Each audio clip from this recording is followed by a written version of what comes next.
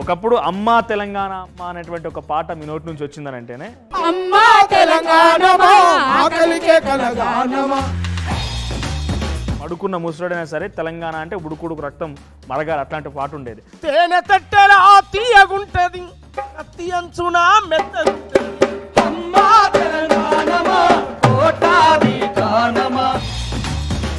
ఏ తల్లి పుడితే ఏ తల్లి కడుపులో పుట్టినవో ఎక్కడ పుట్టినవో ఏడ నేర్చినవో కానీ నిజంగా తెలంగాణ రాష్ట్రాన్ని మొత్తం ఒక ఊపింది పాట. ఏమని పాడాలి నేను ఈ పాట ఎంతని చెప్పాలి గుండె గాయాల కోసం. మొట్టమొదటిగా ఇప్పుడు అప్పుడు నాటి కాలంలో ఉన్నప్పుడు కానీ అన్నలు అనేది చాలా పాపులర్, మావోయిస్టులు అన్నలు అనేది. అలా చూద్దామంటే భయపడే దొరలో దిక్కు పోలీసులో దిక్కు ఎటు చూసి నిర్బంధం ఉండేది కదా. నీకు ఆలోచన ఎందుకు వచ్చింది? ఫస్ట్ అన్నల ఆలోచన నీకు ఎందుకు మైండ్లోకి వచ్చింది? అంటచబుల్ తెలుసు, నాకు అవమానం ఏందో తెలుసు, పేదరికం తెలుసు, దరిద్రం తెలుసు, కన్నీళ్ళు తెలుసు.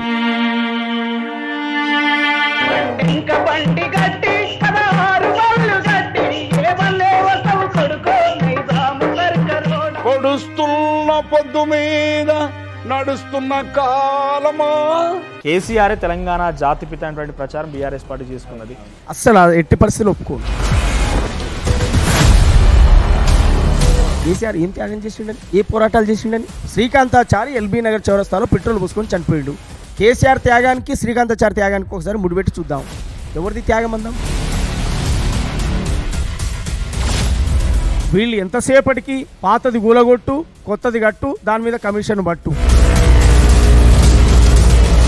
నడుస్తున్న పొద్దు మీద నడుస్తున్న కాలమా వారు తెలంగాణమా. పొడుస్తున్న పొద్దు మీద నడుస్తున్న కాలమా పోరు తెలంగాణమా. నమస్తే, వెల్కమ్ టు ఆర్టీవీ. నేను మీ మనోజ్.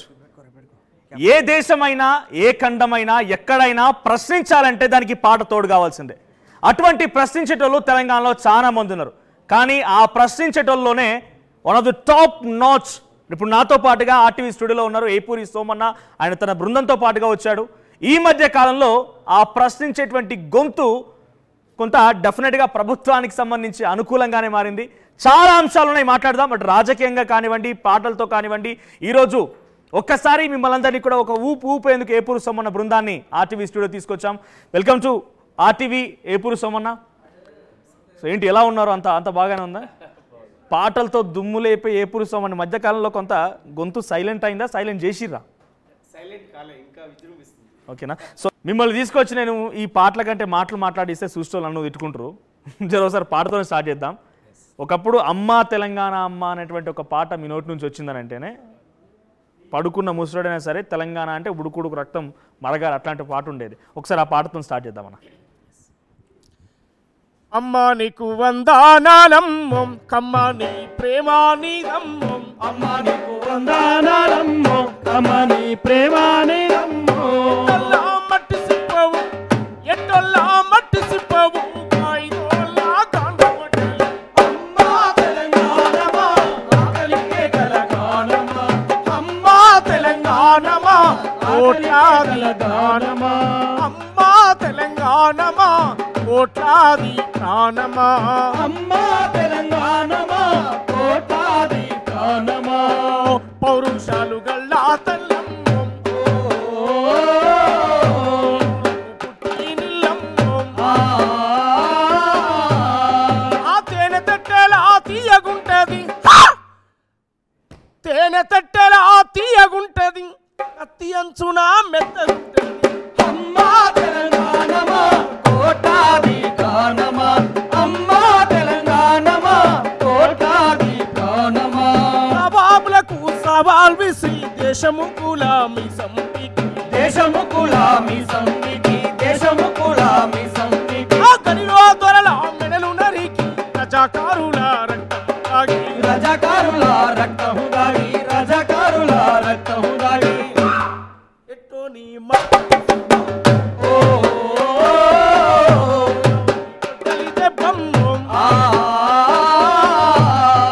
పటేల్ సైన్యముతో పందెమాడిన, పటేల్ సైన్యముతో పందెమాడిన ప్రపంచ చరిత్రలో నెత్తుటి గుర్తు. అమ్మా తెలంగాణ తెలంగాణమా కోట్లాది ప్రాణమా అమ్మా తెలంగాణమా కోట్లాది ప్రాణమా కొమరం భీమును కలిసి మొక్కేటి కేసాపూరు జాతర చూడు కేసాపూరు జాతర చూడు కేసాపూరు జాతర చూడు కలిగిన సీతకు మొండి రామునికి బంధం కలిపే భద్రాచలము బంధం కలిపే భద్రాచలము బంధం కలిపే భద్రాచలము శివ శివ అంటూ ఒక్క పొద్దుడిసే విములాడ రాజన్న రూపం చూడు వెములాడ రాజన్న రూపం చూడు వెములాడ రాజన్న రూపం చూడు పాయలై విడిపోయే గంగా ఏడు పాయల జాతర చూడు ఏడు పాయల జాతర చూడు ఏడు పాయల జాతర చూడు తురలకు బిడ్డలనిచ్చే సమ్మక్క సారక్క జాతర చూడు సమ్మక్క సారక్క జాతర చూడు సమ్మక్క సారక్క జాతర చూడు పాశమ్మ పోషమ్మ కాలమ్మ తల్లి గండి మైసమ్మ కనుగుట్ల చూడు గండి మైసమ్మ కనుగుడ్డ చూడు గండి మైసమ్మ కనుగుడ్డ చూడు కొమ్రెల్లి మల్లను చూడు ఓ కళ్ళో దాగుండు ఆ కోటి దేవుండ్లకు దీపం పెట్టినం ఆ కోటి దేవుండ్లకు దీపం పెట్టిన తెలంగాణ తల్లిని చూడు అమ్మా తెలంగాణమా కోట్లాది ప్రాణమా అమ్మా తెలంగాణమా కోట్లాది ప్రాణమా ఆ తెలంగాణమా కోట్లాది ప్రాణమా అమ్మా తెలంగాణమా కోట్లాది ప్రాణమా అమ్మా నీకు వందనాలం ఓ అమ్మా నీ ప్రేమ నీరమ్ము ఆ సల్లగుంటేనే పిల్ల మేకలు నువ్వు సల్లగుంటేనే పిల్ల మేకలు సల్లగుంటారు మెల్లంగుంటారు అమ్మా తెలంగాణమా కోట్లాది ప్రాణమా అమ్మా తెలంగాణమా కోట్లాది ప్రాణమా అద్భుతంగా ఏం పాటనా ఇది. ఏ తల్లి పుడితే ఏ తల్లి కడుపులో పుట్టినవో ఎక్కడ పుట్టినవో ఏడ నేర్చినావో కానీ నిజంగా తెలంగాణ రాష్ట్రాన్ని మొత్తం ఒక ఊపింది ఈ పాట. అద్భుతంగా పాడతావు. సో ఫస్ట్లో ఏపూరి సోమన్న అంటే పాట రూపం అందరికీ ఎరికే, కానీ ఏపూరి సోమన్న ఎక్కడి నుంచి వచ్చిండు, ఎట్లా అనికిపుచ్చుకున్నాడు, ఈ పాటల ఒక ప్రయాణం ఎట్లా మొదలైంది, నిన్ను కన్నా తండ్రి ఎవరు తల్లి ఎవరు? మాది సూర్యాపేట జిల్లా, ఇప్పుడు సూర్యాపేట జిల్లా అన్న, ఒకప్పుడు ఉమ్మడి నల్గొండ జిల్లా. విప్లవ పోరాటాలకు పేరుగాంచిన కోటం బరిసెలందుకొని బరిలో ముందు నిలిసే సూర్యపేటం. మట్టి మనుషుల వెతలను కథలు రాసే వట్టి కోటం.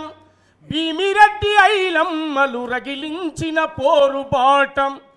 యుద్ధ గీతి సుద్దాల అడుగుల సవ్వడి ఆటం. బండెనుక బండని గరిజించే యాదగిరి పాటం. ఏమని పాడాలి నేను ఈ పాట, ఎంతని చెప్పాలి గుండె గాయాల కోసం. ఏమని పాడాలి నేను ఈ పాట, ఎంతని చెప్పాలి గుండె గాయాల కోసం. ఏమని పాడాలి నేను ఈ పాట, ఎంతని చెప్పాలి గుండె గాయాల కోసం. తెరచబడ్డ కూలి తల్లి కన్నీటి వలపోత, రక్తం వరదై పారిన తెలంగాణ కడుపు కోతం. ఏమని పాడాలి నేను ఈ పాట, ఎంతని చెప్పాలి గుండె గాయాల కోసం. ఏమని పాడాలి నేను ఈ పాట, ఎంతని చెప్పాలి గుండె గాయాల కోసం. ఈ గాయాల గోసలో పుట్టినోన్ని తెలంగాణ రైతాంగ సాయుధ పోరాటం భీమిరెడ్డి, నరసింహారెడ్డి, మల్లు స్వరాజ్యమ్మ, ధర్మభిక్షం, ఆరుట్ల కమలాదేవి, అనేక మంది మహానుభావులు, ఉప్పల మరుసులు లాంటి మహానుభావులు, సూర్యాపేటకు 4 సార్లు ఎమ్మెల్యేగా గెలిచి చివరి జీవితంలో చెప్పులు గుడుతూ చనిపోయిన నిజాయితీ పరుడు పుట్టినటువంటి గడ్డ. మలిదశ తెలంగాణ ఉద్యమాన్ని పట్టాలకెక్కించి విప్లవోద్యమాన్ని ముందుకు నడిపిన మహానుభావుడు మారోజు వీరన్న పుట్టినటువంటి గడ్డ. ఆ నేల మీద పుట్టొచ్చిన మా ఊరు వెలిశాల. మాది సూర్యాపేట జిల్లా, ఇప్పుడు సూర్యాపేట ఒకప్పుడు ఉమ్మడి నల్గొండ జిల్లా.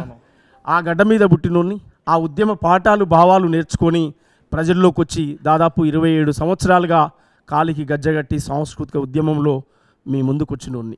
సూర్యాపేటలో మొదలైనటువంటి సోమన్న పాట తెలంగాణ రాష్ట్రాన్ని సాధించడంలో చాలా కీలక పాత్ర పోషించింది. ఇప్పటికీ ఎప్పటికీ ప్రశ్నించే గొంతుగా మారింది. సో ఏంటి అంటే కుటుంబంలో ఎవరైనా ఈ నేపథ్యం ఉండేనా? అంటే నువ్వు చాలామంది స్ఫూర్తి పొంది వచ్చినావు, మా రోజు వీరన్న, లేకపోతే చాలామంది ఉన్నత ఉద్యమకారుల పేరు చెప్పినావు. ఒకప్పుడు చిన్నప్పుడు ఊళ్ళో ఉండనంటే ఉదాహరణకి మనం పాతకాలం జనరేషన్ చూసినా కూడా బర్రలగాయనో గొర్రెలగాయనో గాడికే అయిపోయేది, కానీ పెద్ద పెద్ద చదువులు చదవలే, ఈ కవిత్వాలు నేర్వలే, భావాలు రాయలే, పద్యాలు రాయలే. ఎవరో మహానుభావులు గద్దరు లాంటి వాళ్ళు తప్ప కొంతమందికే సాధ్యం కాలేదు. ఎట్లా సాధ్యమైంది నీకు? ఎట్లా కుటుంబం నుంచి ఎవరు ఉండేనా? నాయనో అమ్మ ఎవరన్నా ఈ నేపథ్యం ఉండేనా? ఎవరు లేకుండే, నాన్న అమ్మ ఎవరు లేకుండే. చిన్నతనంలో అత్యంత 6-7 సంవత్సరాల కాలంలో నాన్న నాకు దూరం అయ్యాడు, నాన్న లేడు. అట్లా ఒంటరితనంలో ఉన్నటువంటి నా జీవితానికి పాట, పల్లె ఒడి, ప్రకృతి నన్ను దగ్గర తీసింది. ఆ పాటలు ఉద్యమకారులు గ్రామాల్లోకి వచ్చి పాడుతున్న పాటలు, విప్లవకారులు ప్రజల్లోకి వచ్చి పాడుతున్నటువంటి పాటలు, గద్దరన్న లాంటి మహాగాయకులు ఆ రోజుల్లో క్యాసెట్ రూపంలో అవి అజ్ఞాతంగా ఎక్కడో ఒకడ దొరికేటువంటి ఆ పాటలు టేప్ రికార్డులలో, ఆ టేప్ రికార్డు కూడా మా ఇంట్లో లేక వేరేటోళ్ళ ఇళ్ళ టేప్ రికార్డులకు పోయి తీసుకొచ్చినటువంటి ఇన్నటువంటి చరిత్ర. అవి పొద్దాకైంది. ఇది ఇవన్నీ ఎప్పుడు 12-13 ఏళ్ళ ఏజ్లో జరిగిన ప్రక్రియ. అంటే అదంతా అరిగోస పడితేనే ఆ భావాన్ని ఉనికి పుచ్చుకున్నావు అంతే. ఏదో మనం బడాబాబులు ఇళ్ళ పుట్టిన దొరల కుటుంబాలు కాదు, మన అరిగోస పడ్డం, అవ్వయ్య కట్టం చేస్తున్నారు, ఇవన్నీ చూసినావు కాబట్టి ఆడి నుంచి మొదలైన ప్రయాణం. మొట్టమొదటిగా ఇప్పుడు అప్పుడు నాటి కాలంలో మీరు ఉన్నప్పుడు కానీ అన్నలు అనేది చాలా పాపులర్, మావోయిస్టులు కానీ అన్నలు అనేది. వాళ్ళని చూద్దామంటే భయపడే దొరలో దిక్కు, పోలీసులో దిక్కు, ఎటు చూసి నిర్బంధం ఉండేది కదా. నీకు ఆలోచన ఎందుకు వచ్చింది? ఫస్ట్ అన్నల ఆలోచన నీకు ఎందుకు మైండ్లోకి వచ్చింది? అంటే నేను పుట్టి పెరిగింది వెలివాడలో. అంటచబుల్ తెలుసు, నాకు అవమానం ఏందో తెలుసు, పేదరికం తెలుసు, దరిద్రం తెలుసు, కన్నీళ్ళు తెలుసు. దీనికి తోడు ఇంకా కన్నటువంటి వాళ్ళు లేకపోవడం, ఇవన్నిటి వల్ల నాకు చిన్నప్పటి నుంచి నలుగురి కోసం పనిచేయడం అంటే ఇష్టం, నలుగురికి న్యాయం జరిగే దారిలో నడవడం అంటే ఇష్టం. ఆ చిన్నతనంలో 12-13 ఏళ్ళ ఏజ్లోనే గద్దరన్న టేప్ రికార్డులో విన్నటువంటి పాటలను వినుకుంటూ నేను అడవిలో పోయి, అంటే పొలం కాడికి, బావి కాడికి, అక్కడ చేలల్లోకి పోయినప్పుడు అక్కడ ప్రాక్టీస్ చేసుకునేవాడిని. నాకు నేను ఇవి ఇక్కడ విని, నైట్ ఇక్కడ విని, పొద్దాక అక్కడ ఒక్కనే సింగిల్గా ప్రాక్టీస్ చేసుకునేవాడిని. మళ్ళీ ఎవరైనా చూస్తురా లేరని భయపడుతూ నాకు నేనే పాడుకునేటువంటి, నాకు నేనే గునుగుతుండేవాడిని, నిరంతరం గునుగుతుండేవాడిని. అట్లా ప్రతి పాట నాకు నోటికి వచ్చు. ఏ పాట కూడా నేను చూసుకుంటా ఆ రోజుల్లో అసలు ఏ పాట కూడా పాడకపోయేది. జరే ఎప్పుడైనా తప్పని పరిస్థితి వస్తే కొత్త పాట అయితే, అప్పటికప్పుడు రాసిన పాట అయితే ఒక్కోసారి చెక్ చేసేది అనుకో, కానీ మేజర్గా నేను పాడే ప్రతి పాట కూడా నోటికి వస్తుంది. అంటే అట్లా అప్పటి నుంచే నాకు చిన్నప్పటి నుంచి ప్రశ్నించే పాటలే, ఎస్, సినిమా పాటలు కాదు, అవి ఏహి రావు. అది నాకు నేర్పిన, కొట్టినా తిట్టినా నేను అవి పాడలేను. నాకు స్టార్టింగ్ బేసే నా చిన్ని తమ్ముళ్ళారాం, శంకరన్న వారసులారాం, శంకరన్న బాటల మీరు షరికై పోరండయ్యో.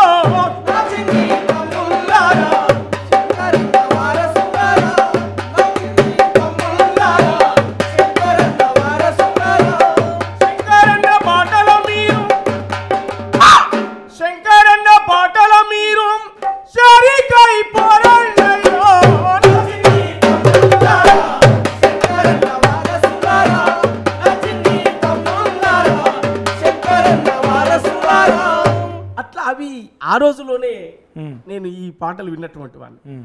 వందనమో వందనమమ్మో నా సెల్లేల స్వర్ణమ్మం, బంధుకూల వందనమమ్మ, పక్క రైతుల వందనమమ్మ, సిన్ని పూనెల వందనమమ్మ,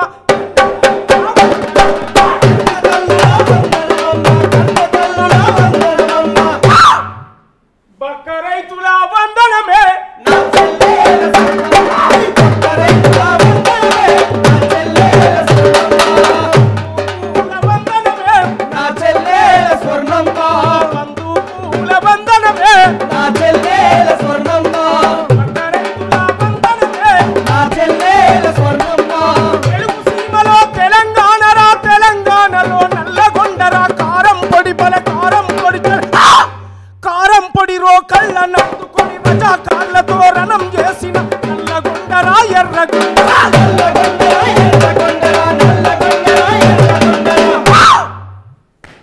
నల్గొండ సెల్లలే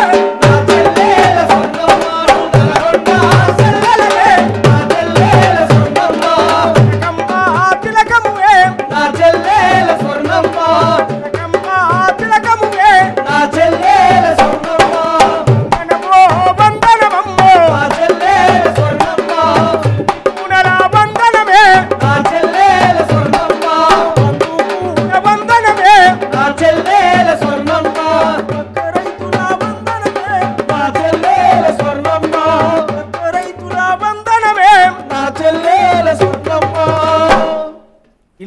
పాటలు క్యాసెట్ రూపంలో వేసుకొని వింటున్నటువంటి కాలం.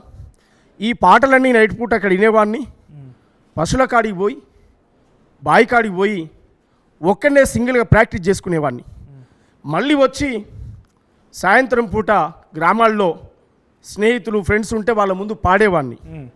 బాగుందని చెప్పి చప్పట్లు కొడితే సంతోషంగా ఉండేవాడిని. బాగలేదంటే ఎలా పాడితే బాగుంటుందని చెప్పి నేర్చుకునేవాడిని. అట్లా నా తపనంతా పాట వైపు ప్రయాణించడమే జరిగింది జీవితం మొత్తం కూడా.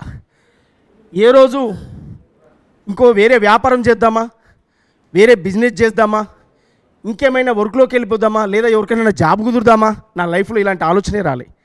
బతికితే గాయకుడిగా బతకాలి, జీవిస్తే అలా ఉండాలి, పోయినా ఎవరు అంటే తను ప్రజా గాయకుడు అనే పేరే ఉండాలి తప్ప నా జీవితంలో ఇంకోటి రావద్దు అని కలలు కానీ వచ్చినటువంటి వాళ్ళు. కానీ ఈరోజు ఏ పురుషమన్నా వ్యాపారం చేసి డబ్బులు సంపాదించి కార్లు బిల్డింగ్లు కొనలే, కానీ కొన్ని కోట్ల మంది యొక్క మనసుని అయితే నువ్వు సంపాదించుకున్నావు. వ్యాపారం చేస్తే నీ కుటుంబం బతుకుతుంది, లేక 10 మంది బతుకుతారు. ఉద్యోగం చేస్తే 4 నీ కుటుంబం బతుకుతుంది. కానీ ఈరోజు నీ పాటతో పక్కన నాకే నువ్వు ఆడి పాడుతుంటే సెగ తగులుతుంది ఇట్లా. సో అప్పుడు మీరు పాడుతున్న టైంలో మీరు టేప్ రికార్డులో ఇని కానివ్వండి, లేకపోతే ఉద్యమాల పాటలు ఇని పాడుతున్నారంటే, సరే కొంతమంది పెద్దలు చెప్పిన కథలు కానీ అప్పుడే సినిమాలు, మన మావోయిస్టుల సినిమాలు చూస్తే ఆ పుస్తకం చూసినా, ఎర్రజెండా కనిపించినా పోలీసు ఎటువైపు నుంచి వచ్చి దొరకబట్టి అరెస్ట్ చేస్తుండే. సో ఎంత సీక్రెట్గా మెయింటైన్ చేసినావు అంటే నువ్వు ఆ ప్రభావితమైనవు కదా. అటువంటి బెదిరింపులు, అటువంటి నీకు హెచ్చరికలు ఉండేనా ఎప్పుడన్నా? 3 నెలలు 90 రోజులు నల్గొండ జిల్లా జైల్లో గడిపిన, 15 సంవత్సరాలు కోర్టు చుట్టూ తిరిగిన, సూర్యాపేట కోర్టు చుట్టూ 15 సంవత్సరాలు పట్టింది ఒక కేసు కొట్టేయడానికి. దాదాపు వరంగల్ సెంట్రల్ జైల్లో దాదాపు 15-20 రోజులు వేసిండ్రు. ఇవన్నీ 2004లో జరిగిన ఇన్సిడెంట్స్లు. ఓకే, చర్చలు ఫెయిల్యూర్ అయిన తర్వాత ఉద్యమం నిర్బంధ కాలం వచ్చి ఎక్కడ దొరుకుతున్న అక్కడ అరెస్ట్ చేస్తున్న కాలం, కాల్చి చంపేస్తున్న కాలం. నేను కూడా చనిపోయేవాడిని. గద్దరన్న నన్ను కాపాడాడు ఆ రోజుల్లో. గద్దరన్న కాడికి పోయి నేను భూదేవి నగర్ వెంకటాపురం ఆ ఏరియాకి పోయి గద్దరన్న ఇంటికి పోయి కలిసినప్పుడు నేను ఇంటికి పోగానే తను కూడా భయపడ్డాడు. ఎందుకు వచ్చావు ఏంటి అని సీరియస్గా మాట్లాడాడు. అంటే నిర్బంధం ఇలా ఉంది, నువ్వు ఇక్కడ ఎందుకు వచ్చావు, అసలు ఏం జరుగుతుందనేది ఆయన కూడా కొంత ఆందోళన గురైన పరిస్థితి ఉండే. నేను విషయం అంతా ఎక్స్ప్లెయిన్ చేసినాక దగ్గర తీసి ఇక్కడే ఉండు, నువ్వు బయటకు పోతే చంపేస్తాను నేను అని చెప్పి నన్ను ఒక 2 నెలలు 3 నెలలు తన ఇంట్లో పెట్టుకొని. ఏం సంఘటన అంతగానం దారి తీసి ప్రమాదాన్ని తీసుకొచ్చి? ఇవే అప్పుడు చర్చలు ఫెయిల్యూర్ అయినాయి. అవును, అంటే మేము చర్చల కంటే ముందు దాంట్లో యాక్టివ్ అయి తిరిగినాం కదా. చర్చలు ఫెయిల్యూర్ అయిన తర్వాత ఎవరెవరు ఉండని చెప్పి ఎంక్వైరీ చేయడం స్టార్ట్ అయిన తర్వాత నా మీద నిర్బంధం సీరియస్ స్టార్ట్ అయింది. అంటే లీగల్గా తనే తిరుగుతాడు, బయట ఇక్కడ ఉంటాడు కనుక ఈయనకు బయట అండర్ గ్రౌండ్ ఉన్న వాళ్ళతో సంబంధాలు ఉంటాయని చెప్పి ఆ రోజుల్లో ఆ టార్చర్ స్టార్ట్ అయింది. అంటే ఇటువంటి భావాజాలం ఉన్న వాళ్ళు డెఫినెట్గా ఈ బయట ఈ దొరల రాజ్యంలో ఈ ప్రభుత్వంలో మనం చేయలేమని చెప్పి బంధువు బట్టి లోపలికి పోతారు కదా. అసలు ఆలోచన రాలే నీకు ఎప్పుడు? నాకు అలాంటి ఆలోచనలు కూడా వచ్చినాయి. అది పంచుకున్న వాళ్ళక్కడ పంచుకున్నాను. కానీ ఒక సాంస్కృతిక ఉద్యమ కళాకారుడిగా నీ పాత్ర ప్రజల్లో ఉండాలి తప్ప లోపల కాదు అనేటువంటి మాటలు కూడా విని నేను బయటనే ఉన్నాను. ఓకే, అలా జరిగింది. అటువంటి ఆలోచన టైంలో ఏమనిపించింది ఇంట్లో చుట్టుపక్కల వాళ్ళకి కానీ దోస్తులకు కానీ ఇంకెవరికి? ఏమీ అనిపించలేదు. జీవితం సరే ఇప్పుడు మారుతున్న పరిస్థితుల దృష్ట్యా, ఆలోచన దృష్ట్యా ఇప్పుడు ప్రజల పాట పాడాలి, ప్రజల బాణి వినిపించాలి. సేమ్ టైం కాలం కలిసి వచ్చే అవకాశాలు వస్తే నాలాంటి ఎంతోమందిని చట్టసభల్లోకి తీసుకెళ్ళాలి. బాబాసాహెబ్ అంబేద్కర్ ఐడియాలజీకి వచ్చిన తర్వాత ఓటు అనే ఆయుధం ఏంటిది అని తెలుసుకున్న తర్వాత కానీ నాలో మార్పు వచ్చింది. అంతకుముందు నాకు ఎర్రస్తూపం కనపడితేనే ఆనందం. నా పేరు కూడా కామ్రేడ్ ఏపూరు సోమన్న అని ఉంటే ఎంత బాగుండు అనుకునేవాడిని కదా. ఆలోచనతో వచ్చినటువంటి వాడిని. అందువల్ల అప్పుడు కుటుంబం, ఫ్యామిలీ ఎవరు కనపడరు ఆ సిచ్యువేషన్లో ఉన్నప్పుడు. అందువల్ల నేను ఇలా ఒకవేళ కాంగ్రెస్ పార్టీలో రాజకీయంగా కొనసాగుతున్నప్పటికి కూడా నాకు తిరుగుబాటు ధోరణి, విప్లవ ధోరణి అనేది నా ప్రాణం. అది నాకు బాల్యంలో నాకు అబ్బినటువంటి ఇది. అది నా దాంట్లో బాడీలోకి వెళ్ళి పోదు. అది అట్లని కాంగ్రెస్ పార్టీ అద్భుతంగా ఇవాళ డెమోక్రసీని, భారత రాజ్యాంగాన్ని గౌరవిస్తూ బాబాసాహెబ్ అంబేద్కర్ ఐడియాలజీని ప్రజల్లోకి తీసుకుపోయే ప్రయత్నం ఇవాళ రాహుల్ గాంధీ నాయకత్వంలో జరుగుతూ ఉంది. సామాజిక న్యాయానికి పెద్దపీట వేశారు. ఇవాళ బహుజన మా బతుకెన్నడు మారు అని మేము పాటలు పాడాం. 42% ఇవాళ బీసీలకు రిజర్వేషన్ వచ్చింది. 30 ఏళ్ళుగా ఎయిర దండోరా నా మాదిగన్నల దండోరా అని చెప్పి రోడ్ల మీద ఉద్యమాలు చేసినాం. ఇవాళ రేవంత్ అన్న ప్రభుత్వం వచ్చిన తర్వాత ఎస్సీల ఏబిసిడీల వర్గీకరణ అమలు చేసింది. ఇవన్నీ కొన్ని చారిత్రాత్మకమైన కార్యక్రమాలు వచ్చినప్పుడు నాలాంటి వాళ్ళం సపోర్ట్ చేయకుండా ఇది నిజంగా ప్రజల్లోకి తీసుకుపోకుండా ఉండలేం. కానీ సోమన్న బేసిక్గా మీలాంటి వాళ్ళు కానీ, లేకపోతే సామాజిక ఈ స్పృహ కలిగిన వాళ్ళు, కళాకారులు, కామ్రేడ్లు అని చెప్పేటువంటి ఈ పదం అంతా కూడా ఈ ఫ్యాసిస్టు ప్రభుత్వాలకి, ఈ ఒక కుటుంబ పాలనకి వ్యతిరేకమే కదా. నీకు ఎట్లా వచ్చింది మళ్ళీ రాజకీయం? కాంగ్రెస్ పార్టీకి పోయింది, గతంలో చాలా పార్టీలో తిరిగినావు. గద్దరన్నే స్ఫూర్తి. అవునా? మా గద్దరనే స్ఫూర్తి. ఏం చెప్తుండే అన్న? క్లారిటీగా చెప్పాడు, ఈ దేశంలో బుల్లెట్ ద్వారా ఏం చేయలేం. నేను ప్రాక్టికల్గా చెప్తున్నాను, నాది నేను ప్రాక్టికల్ ఎలా చెప్తున్నాను, ఇగో కాన్సరామ్ చేసి చూపించాడు, బ్యాలెట్ అనే పదం చూపించాడు. నేను ప్రాక్టికల్ చేసి చూసి చెప్తున్నాను. నేను బాబాసాహెబ్ అంబేద్కర్ ఇచ్చినటువంటి ఓటు హక్కు ద్వారా ఇక్కడ రాజ్యం సాధించవచ్చు. మనం బుల్లెట్ పట్టుకోవడం ద్వారా రక్తపాతమై మన జాతులు మన వర్గాలు పీడన లేకుండా చనిపోవడమే పరిష్కారం అయితే తప్ప సమస్య పరిష్కారం కాదు. ఆ దాఖలాలు కనపడట్లేవు ఎక్కడ కూడా. అందువల్ల మనం బ్యాలెట్ వైపు పోవాలనేటువంటి ఆలోచన నేను గద్దరన్న నుంచి నేర్చుకున్నది. నేను కాన్సీరామ్ జీవితం స్టడీ చేసి నేర్చుకున్నది. నేను బాబాసాహెబ్ అంబేద్కర్ జీవితాన్ని స్టడీ చేసి నేర్చుకున్నాను. ముఖ్యంగా ప్రధానంగా అన్నిటికంటే కూడా ఇండియాలో ఏం చేయాలని చెప్పి కులం వర్గం రెండు పోరాటాలు జమిలి పోరాటాలు నడవాలని చెప్పిన మారోజు వీరన్న ఐడియాలజీని చదువుకునేటువంటి వాళ్ళం కనుక ఆ క్రమేపీ వస్తున్న క్రమంలో 2004 వరకు ఒక ఆ ఐడియాలజీ ఉన్నటువంటి మేము ఆ 4 తర్వాత మాలో మార్పు వచ్చింది. సామాజిక విప్లవోద్యమాలు నడవడం, సమాజంలో కుల సంఘాలు నడవం, అస్తిత్వ పోరాటాలు నడవడం, హక్కుల పోరాటాలు నడవం, ఈ అన్నిటి కోసం మా గొంతును గలంగా విప్పడం మేము పనిగా పెట్టుకున్నాం. ఆ ప్రజా ఉద్యమాల్లో ఎప్పుడైతే వచ్చామో మా తండాల మా రాజ్యం, మా ఓట్లతో మా శాతం మాకు కావాలి, మా వాటా మాకు కావాలి, జనాభా ప్రాతిపదికన మా హక్కులు మాకు ఉండాలి, ఈ నినాదం తెర మీదకి రావడం ద్వారా మా లైన్ అంతా ఇటువైపు అయిపోయింది. ఎస్, ఖచ్చితంగా మనం ఇక్కడ ఉండాలి, మనం అడవుల్లో పోయి చనిపోవడం కాదు, గ్రామాల్లోనే ఉండాలి, గ్రామాల్లో జరిగే అన్యాయాలను ఎదిరించాలి, అక్రమాలను ఎదిరించాలి, బాబాసాహెబ్ అంబేద్కర్ ఇచ్చిన ఓటక్కును ఉపయోగించుకునే ఇవాళ రాజ్యంలోకి వెళ్ళాలి అనేటువంటి ఒక కాన్సెప్ట్తో మేము ఇటు మళ్ళాం. రైట్, మాటైనా పాటన ఏ పురుషం మనకి పెట్టింది పేరు. కానీ ఒకసారి మనం మారోజు వీరన్న పేరు తీసుకున్నాం కాబట్టి బహుజన ఉద్యమాలన్నా తెలంగాణ ఉద్యమాలన్నా డెఫినెట్గా మారోజు వీరన్న గుర్తు చేసుకోవాల్సిందే. ఒకసారి నువ్వు పాడిన పాట మారోజు వీరన్న గురించి ఒక 2 లైన్లు మంచిగా గుర్తు చేసుకుని పాడుకుందాం. బహుజన విప్లవ కెరటం మారోజు వీరన్న, అనగారిన ప్రజల గుండె తరువే మాయ.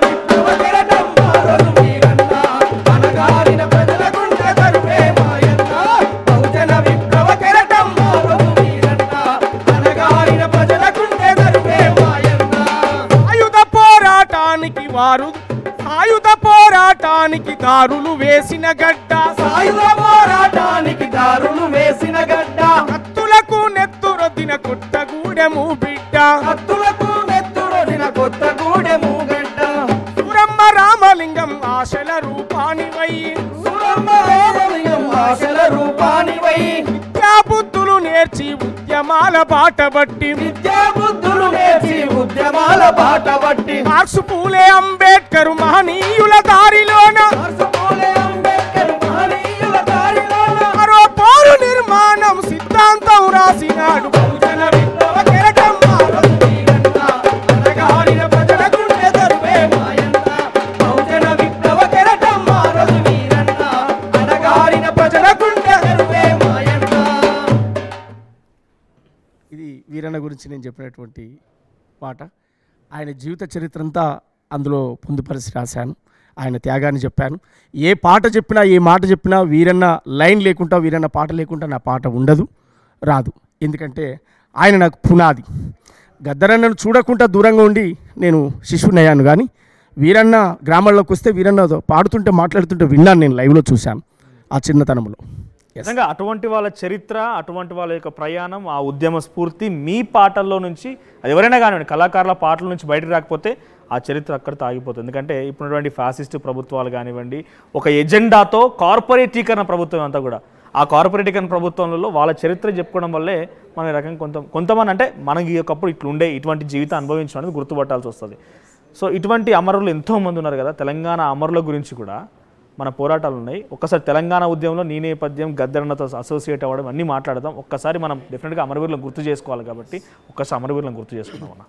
పాటకు సలామో, ఆటకు సలామో, మాటకు సలామో, ఉద్యమ పాటకు సలామో, పాటకు సలామో, ఆటకు సలామో, ఆటకు సలామో, ఉద్యమ పాటకు సలామో, ఏలకు సలామో, తెలంగాణకు సలామో, ఏలకు సలామో, తెలంగాణకు సలామో, ప్రజల కోసం ప్రాణమిచ్చిన వీరులకు సలామో, వీరవనితలకు సలామో, పాటకు సలామో.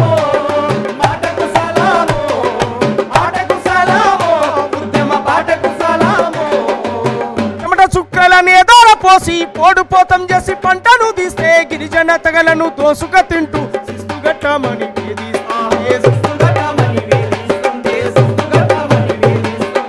ఒక తీరపై కత్తులు చూసి కథనానికి సిద్ధమైన అమ్మలు సమ్మక్కకు సలామో సారక్కకు సలామో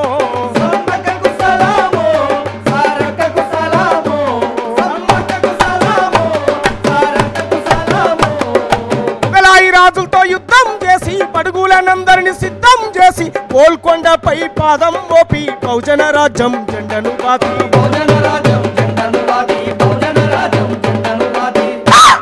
స్వయం పాలన సైరను ఊది సామాజిక న్యాయం పంచిన పాపన్నకు సలాము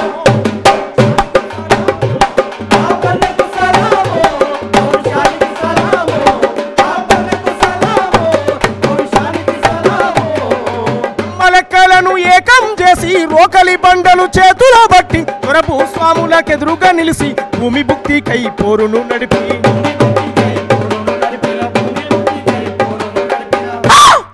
ఆత్మగౌరవ పోరాటాలకు ఆయుధమెత్తిన వీరవనిత మన అమ్మకు సలాము అమ్మకు సలాము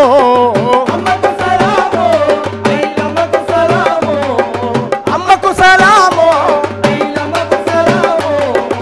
ఆటకు సలాము ఆటకు సలాము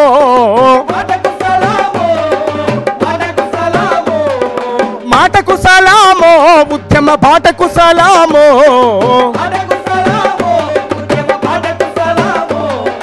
నేలకు సలామో తెలంగాణకు సలామో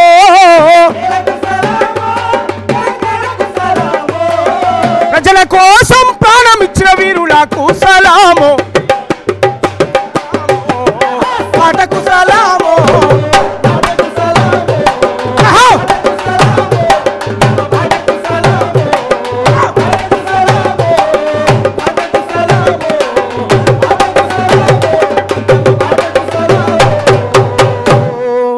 జోహార్ తెలంగాణ మన వీరులకు జోహార్ జోహార్. డెఫినెట్ గా తెలంగాణ రాష్ట్రం అంటే 60 ఏళ్ల చరిత్ర. ఒక్కరు గారు ఇద్దరు కాదు, కొన్ని వేలాది మంది మరణిస్తే ఈరోజు తెలంగాణ రాష్ట్రం సిద్ధించింది. ఆ తెలంగాణ రాష్ట్రం రోజు చాలా గర్వంగా తెలంగాణ కళాకారుడు అని కానీ తెలంగాణ రాష్ట్రం అని తెలంగాణ ప్రభుత్వం అని చెప్పుకోగలుగుతున్నాం. వారందరికీ కూడా డెఫినెట్గా ఒక్కసారి మనం నివాళులు అర్పించాల్సిందే. జోహార్ తెలంగాణ మన వీరులకు.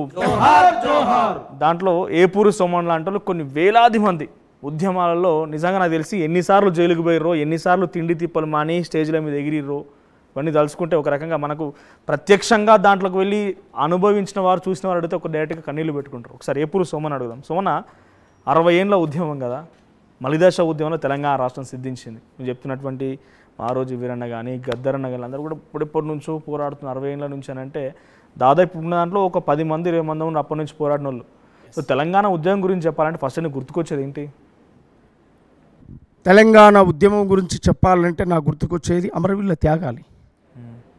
వారు మేము బతికున్నాం, ఇలా వారి గానాన్ని పాడుతున్నాం, వారి త్యాగాలను చెప్తున్నాం. వారి ప్రాణాలను గడ్డిపోచతో సమానంగా తృణప్రాయంగా వారి ప్రాణాలు అర్పించారు. తెలంగాణ ఉద్యమం అంటే గుర్తొచ్చేది ఏంటి? ప్రాణాన్ని మించింది ఈ సృష్టిలో ఏముంది? ప్రాణాన్నే ఇచ్చారు. ఇక దాన్ని ఇంకా అంతకంటే ఏం చెప్పలేము ఒక మనిషి గురించి. అందువల్ల తెలంగాణ ఉద్యమం అంటే గుర్తొచ్చేది చనిపోయిన అమరుల త్యాగాలు, వీధిన పడ్డ రోడ్డు మీద పడ్డ వారి కుటుంబాలు, వారి జీవితాలు. ఒక ఇంట్లో ఎదిగిన కొడుకు పోతే ఆ తల్లి బాధ తండ్రి బాధ ఏంటో అర్థమవుతుంది. ఇవాళ 1200 మందికి పైగా ఆ కుటుంబాల పరిస్థితి ఏంది, వారి రోదనైంది. అలాంటి విషయాలకు పరిష్కారం జరగాలి. అమరవీరుల కుటుంబాలకు న్యాయం జరగాలి. జరిగినప్పుడే వచ్చిన తెలంగాణకు అర్థం ఉంటుందని కూడా మేము అనేక పాటల రూపాల్లో పాడుతూ ప్రజలను చైతన్యవంతం చేస్తున్నటువంటి పరిస్థితి ఉంది. అందువల్ల తెలంగాణ ఉద్యమంలో జనహోరు సంద్రమై ఎగిసాటి కెరటమై త్యాగాల వీణపై రాగాల రాసులై 3.5 కోట్ల గొంతుల కాటై ప్రజా తెలంగాణ పల్లవందుకొని నా వజాగుతుంది కొడుకా పోరాటతో వజుగుతుంది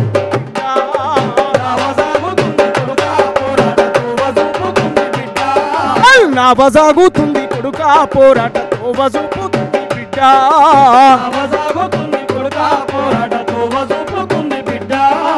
పోరు సాగుతుంది కొడుక తెలంగాణ హోరు సాగుతుంది బిడ్డ హోరు సాగుతుంది కొడుక తెలంగాణ హోరు సాగుతుంది బిడ్డ. అట్లా తెలంగాణ పిలుపునిచ్చినటువంటి వాళ్ళం. గద్దరన్న నాయకత్వంలో 100 కిలోమీటర్లు పాదయాత్ర చేసి తెలంగాణ నేలంతా కూడా చనిపోవద్దు బిడ్డలారా అని చెప్పినటువంటి సందర్భం. పోరాడి సాధించుకుందాం తెలంగాణను తప్ప మనం చనిపోవద్దు అనేటువంటి సందర్భాన్ని చెప్పాం.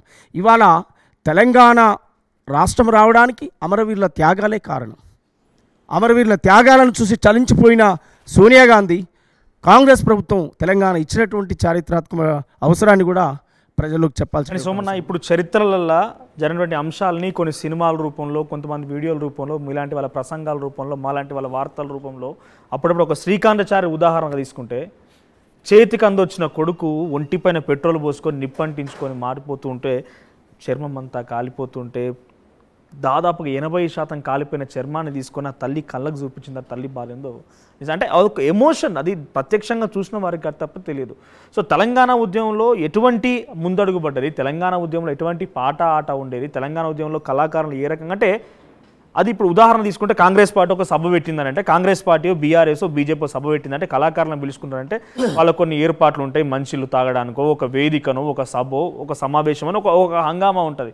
కానీ అప్పుడు వేదికలు ఎక్కడిది, ఎక్కడికి పోతే అక్కడ మనం కూర్చున్నదే వేదిక, పాట పాడిందే సభ, ఎక్కడుంటే అక్కడనే కదా. సో అటువంటి సందర్భాలలో ఎటువంటి పోరాటం జరిగింది, నీ పాత్ర ఏంది, నీ పాత్రకు నువ్వే చెప్పు. ఎందుకంటే తెలంగాణ ప్రజలకు తెలుసు ఎవరేం చేసిరు అనేది. దీంట్లో ఒక్కొక్కరి గురించి మనం డిఫైన్ చేసి మాట్లాడాల్సింది. తెలంగాణ సమిష్టిగా 4 కోట్ల మంది వాళ్ళు పోరాడితే రోజు తెలంగాణ రాష్ట్రం సాధన అయింది. కాబట్టి కళాకారుల పాత్ర గురించి ఏంటిది? అప్పుడు తెలంగాణ వచ్చిందని అంటేనే కళాకారులు, ఈరోజు కళాకారులు ఏడున్నారు? తెలంగాణ పోరాటం రగిలించడానికి కారణం కళాకారులు. తెలంగాణ ఉద్యమం ఇలా అన్యాయమైందని చెప్పింది పాటల రూపంలో. తెలంగాణ ప్రత్యేక రాష్ట్రం కావాలనే డిమాండ్ను ప్రజల్లోకి తీసుకుపోయింది పాట ద్వారా. కళాకారుల పాత్ర అమోఘమైనది. ఆ కళాకారుల యొక్క పాటలు, ప్రజా పోరాటాలు రగిలించిన తర్వాత అమరవీరులు, విద్యార్థి వీరులు ముందుకొచ్చి మా ప్రాణం పోతరన్న ఈ రాష్ట్రం వస్తుందేమో, ప్రాణమున్న పోనీ కానీ మాకు రాష్ట్రమే కావాలని చెప్పి నినదించి వాళ్ళు ప్రాణాలు అర్పించారు. అందువల్ల పాటతో మొదలైనటువంటి ఉద్యమం, పాటతో మొదలైనటువంటి ప్రారంభం ప్రజలను సమీకరించింది, పోరాటాల వైపు మళ్లించింది. కొంతమంది విద్యార్థులు నిరాశ నిస్పృహల్లో ఉండి చనిపోయారు. వాళ్ళు తమ ప్రాణాన్ని తృణప్రాయంగా వదిలేసి చనిపోయారు. గడ్డి పరకతో సమానంగా వదిలేశారు. మేము పోయినా పర్వాలేదు, ఎదిగే భవిష్యత్ తరాలైనా మంచి బతకాలి అని వాళ్ళ ప్రాణాలు ఇచ్చారు. అట్లాంటి అమరుల త్యాగాలు వెలకట్టలేని వందల వేలాది సాంస్కృతిక సైన్యం తెలంగాణ గడ్డ మీద ఇప్పటికీ ఉన్నది. చాలామంది 550 మంది కళాకారులకు కేసీఆర్ ప్రభుత్వంలో ఉద్యోగాలు ఇచ్చారు. మిగతా కళాకారులందరినీ కూడా విస్మరించారు. అలాంటి వాళ్ళకు కూడా ఇవాళ అవకాశం రావాలని చెప్పి మేము ప్రయత్నం చేస్తూ ఉన్నాం. అలాంటి కళాకారులు చాలామంది ఉద్యమాలు చేసి అలసిపోయినటువంటి వాళ్ళు, కొంతమంది 50 ఏళ్ళు 60 ఏళ్ళు వచ్చిపోయి వయసు పైబడినటువంటి వాళ్ళు కూడా ఉన్నారు. అలాంటి వాళ్ళని కూడా గుర్తించి ఈ ప్రభుత్వంలో, కాంగ్రెస్ ప్రభుత్వంలో, ప్రజాపాలనలో వాళ్ళందరికీ ఉద్యోగాలు రావాలని కూడా మేము అనేకసార్లు ముఖ్యమంత్రి గారికి, ఇతర నాయకత్వాన్ని కూడా చెప్పడం జరిగింది. వారు కూడా సానుకూలంగా స్పందించి మరి పిసిసి అధ్యక్షుడిగా ఉన్నటువంటి మహేష్ కుమార్ గౌడ్ లాంటి వాళ్ళు కూడా నిండు సభలో, కొన్ని సభల్లో చెప్పారు. వాళ్ళు శాసనమండలిలో కూడా వారు మాట్లాడారు. కళాకారులకు న్యాయం కాంగ్రెస్ పార్టీ చేస్తుందనే విశ్వాసం, నమ్మకం మాకుంది. ఆ కళాకారులందరినీ ప్రభుత్వంలో భాగస్వామ్యం చేస్తాం. ప్రజాపాలనలో భాగస్వామ్యం చేసి వారి జీవనోపాధి, వారికి వృత్తి కల్పిస్తూనే వారి హక్కులు, ఆత్మగౌరవాన్ని కూడా నిలబెట్టుకుంటాం తప్ప ఎక్కడ కూడా వారికి భంగం కలిగే విధంగా ప్రజాపాలన చూడదనేది మా అభిప్రాయం. ప్రత్యక్ష తెలంగాణలో నీ పోరాటం గురించి పెద్దగా చెప్పాల్సిన అవసరం లేదు. సో తెలంగాణ వచ్చిందని అంటే ఏ ఒక్కరికే మనం క్రెడిట్ ఇవ్వగలుగుతాం? ఒక్కరి తెలంగాణ రాష్ట్రం తీసుకొచ్చిరా? అది అసలు సాధ్యంగా అంటే పోయిన ప్రభుత్వంలో జరిగినాయి కాబట్టి నేను ఒక రాజకీయ నాయకుడు అడుగుతున్నా. నేను కేసీఆర్ తెలంగాణ జాతిపిత అనేటువంటి ప్రచారం బీఆర్ఎస్ పార్టీ చేసుకున్నది. సో ఒక తెలంగాణ ఉద్యమకారుని అంగీకరిస్తావు దాన్ని? అస్సలు ఎట్టి పరిస్థితులు ఒప్పుకోను. కేసీఆర్ నలుగురు జమైనాక వచ్చిన ఒక ఉపన్యాసకుడు మాత్రమే. తెలంగాణకు కేసీఆర్ ఎలా జాతిపిత అవుతాడు? కాడు. జాతిపిత తెలంగాణకు జాతిపిత కేసీఆర్ కాడు. కేసీఆర్ కేవలం వందలాది మందిని మేము గంటల తరబడి పాటలు పాడి పోగేస్తే ఆడికొచ్చి మాట్లాడిన ఉపన్యాసకుడు మాత్రమే కేసీఆర్ ఏం త్యాగం చేసిండని, ఏ పోరాటాలు చేసిండని? ప్రజలు చేసిరు పోరాటాలు, ఉద్యమకారులు చేసిరు, ప్రాణాలు ఇచ్చిర్రు అంటున్నా నేను. శ్రీకాంతాచారి ఎల్బీ నగర్ చౌరస్తాలో పెట్రోల్ పోసుకొని చనిపోయిండు. కేసీఆర్ త్యాగానికి, శ్రీకాంతాచారి త్యాగానికి ఒకసారి ముడిపెట్టి చూద్దాం. ఎవరిది త్యాగం అందాం? శ్రీకాంతాచారిది త్యాగం అవుతుందా? కేసీఆర్ది త్యాగం అవుతుందా? 2 సార్లు ఈ రాష్ట్రాన్ని ముఖ్యమంత్రిగా పరిపాలించి అన్ని ఫలాలు అనుభవించి వారి కుటుంబం బిడ్డ కొడుకు అల్లుడు ప్రశాంతమైన ఫ్యామిలీని గడుపుకున్నటువంటి వాళ్ళేడా ఇవాళ శ్రీకాంతాచారి కుటుంబం పరిస్థితేడా?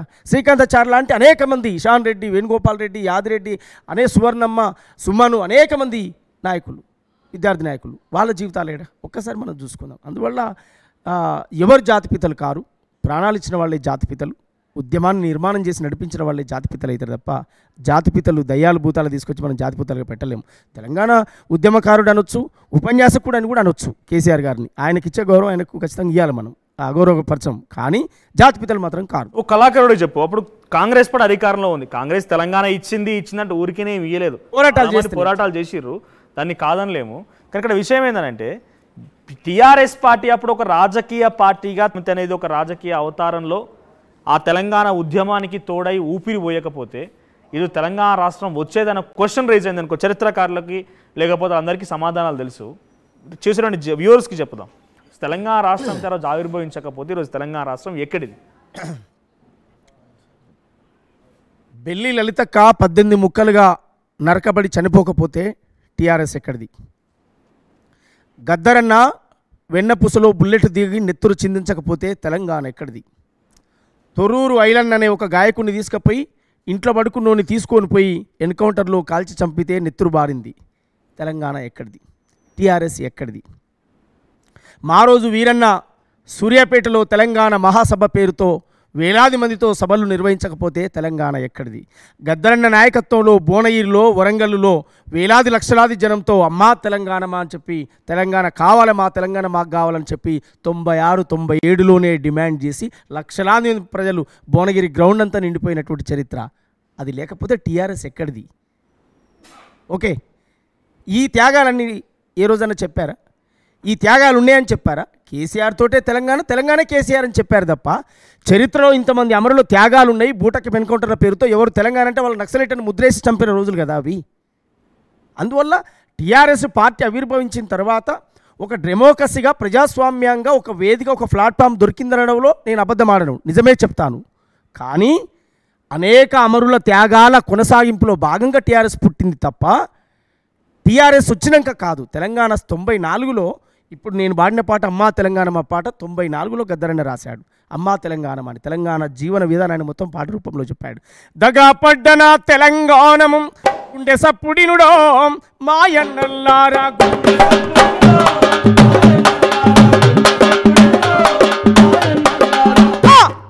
తెలంగాణములో బళ్ళే లేవు, ఉన్న బడులకు పవంతు లేదో, వానకాలము ఎండకాలము వారం రోజులు సెలవు దినాలే, చెట్ల కింద మా పోరగాళ్ళు నీడ తిరిగినట్టు తిరుగుతుంటారు, పోరెలు వస్తే పంతులు రాడు, పంతులు వస్తే పోరెలు రాడు,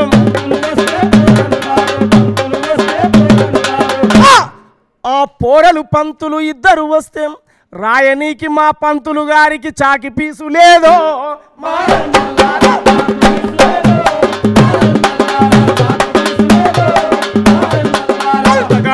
బల్తగా పడ్డ చల్తగా పడ్డ నా తెలంగాణము గుండె సప్పుడినుడో ఆయన్నల్లారా, గుండె సప్పుడినుడో, తెలంగాణములో IASలు IPSలు అందని మిఠాయి సందమామలే, మేనేజర్లు డాక్టర్లు వైస్ ఛాన్సలర్ ప్రిన్సిపాల్లు, ఆఖరికి ఆ క్లర్కు కొలువులు తెలంగాణములో పుట్టినోనికి కొట్టి సేతులే చూపినాయిరా. మిగిలిందొకటే చీపిరి కొలువు, ఆ చీపిరి కొలువుకు తోటి ఆంధ్రుడు పోటీకొచ్చినాడు.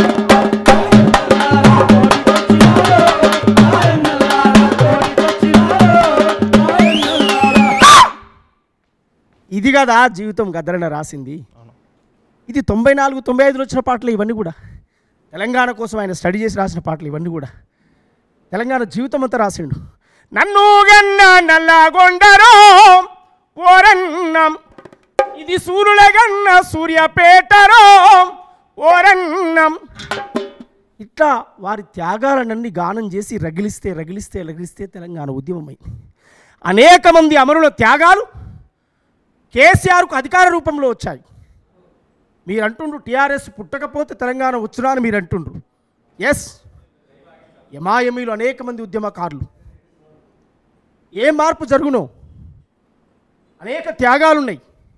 లక్షలాది మంది కూడా గద్దరనే నాయకత్వం వహించడో ఏమో, గద్దరనే నాయకత్వం వహించడం ఏమో, చనిపోకపోతే మా రోజు వీరన్న నేతృత్వం వహించేవాడేమో. వర్గీకరణ ఎజెండా ముందుకొచ్చింది.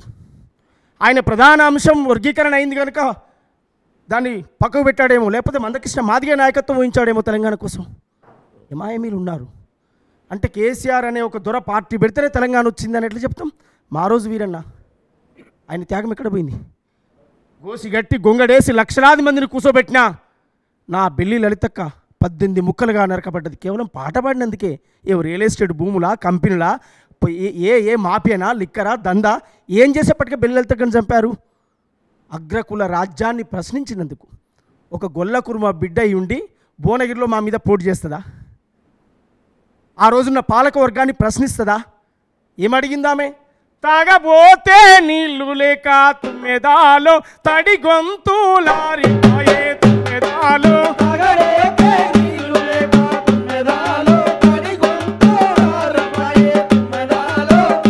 అట్లా ప్రశ్న వేసింది ఆమె. మా తెలంగాణ మాకు కావాలని పాట పాడింది. అందువల్ల నేనేమంటున్నాను, టీఆర్ఎస్ పార్టీ పుట్టకపోతే తెలంగాణ వచ్చినా అని మీరు అంటున్నారు. అమరుల త్యాగాలు ఈ పోరాటాలు ఎందుకు టీఆర్ఎస్ పుట్టిందా అని నేను అంటున్నాను. డెఫినెట్గా వీళ్ళ చరిత్ర కూడా ఉన్నది. కానీ ఇక్కడ మరి జాతిపితలు ఎట్లా? వాళ్ళు చెప్పుకుంటున్న ప్రచారం లక్షలాది మందిని కూడగట్టి పోరాటాలు నడిపిన వీరన్న జాతిపిత కాదా? ఈ సిద్ధాంతమే తెలంగాణ వచ్చేదాకా అసలు నా జీవితమే అంకితం అని చెప్పి గ్రంథాలు రాసి ఉద్యమాలు నడిపిన ప్రొఫెసర్ జయశంకర్ సార్ సిద్ధాంతకర్త కాదా? జాతిపిత కాదా? అమరో త్యాగాలు కావా? ఎల్బీ నగర్లో తెలంగాణ నేను బతికినా మళ్ళీ తెలంగాణ కోసమే చస్తా అని చెప్పిన శ్రీకాంతాచారి జాతిపిత కాదా? ఒక సామాజిక తెలంగాణ వాదిగా నువ్వు చెప్పు. వీళ్ళందరి చరిత్ర ఇప్పుడు కనబడుతుంది ఎక్కడన్నా? కనబడకుండా చేస్తున్నారు. ఎస్, కనబడకుండా ఎట్లా అవుతున్నది? మరి మీలాంటి వాళ్ళ ప్రయత్నం ఏంటి? మీలాంటి వాళ్ళ పోరాటం ఏంటి? తెలంగాణకు ముందు ఎవరు లేరు, వెనుక ఎవరు లేరు. కేసీఆర్ అంటేనే తెలంగాణ, తెలంగాణ అంటేనే కేసీఆర్ అనే నినాదాన్ని ముందుకు తీసుకొచ్చి వాళ్ళు తీసుకొచ్చారు. కానీ కాదు, తెలంగాణ సబ్బండ వర్గాల యొక్క పోరాటాలు, త్యాగాలు ఉన్నాయి తెలంగాణ నేల మీద. అందులో కులము, మతము, వర్గము తేడా లేదు. సబ్బండ వర్గాలు ఉన్నారు, ఎవరి పాత్ర వాళ్ళు వేశారు. కాకపోతే మెజార్టీ పీపుల్ ఎస్సీలు, బీసీలు వారి ఆత్మ బలిదానాలు ఎక్కువ ఉండొచ్చు, ఎక్కువ ఉన్నాయి కూడా. కానీ త్యాగాలు చేసింది ఒకరు, భోగాలు అనుభవించింది ఒకరు. అందుకే చాలా పాటలు, చాలా సాహిత్యంలో చెప్పాం మేము, చాలా రూపాల్లో చెప్పాం మేము.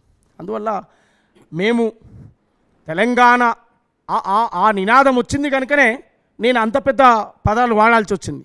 దొరల పాలైందిరో తెలంగాణం, తోపిడి పారాయరో తెలంగాణం, ఓసి గొంగాడేసి కాలి కచ్చలు కట్టి డప్పు సంకానేసి ఊరు ఊరుకు పోయి పోరు పాటలు పాడితే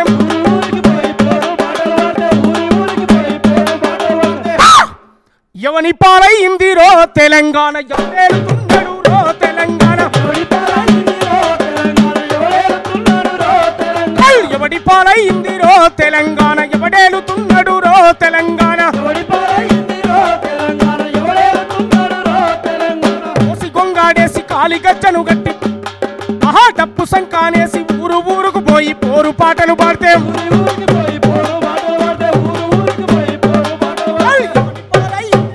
తెలంగాణ, ఎవడేలుతున్నాడు రో తెలంగాణ.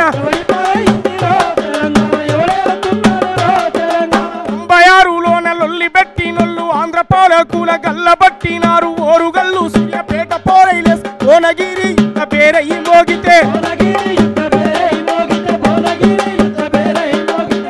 పాలైంది రో తెలంగాణ, ఎవడేలుతున్నాడు రో తెలంగాణ. ఆ రోజు వీరన్న బెల్లి లలితక్క, తొర్రూరు వైలన్న ప్రాణాలు ఇచ్చిరి. గద్దరన్న నెత్తూరు దారపోసెను,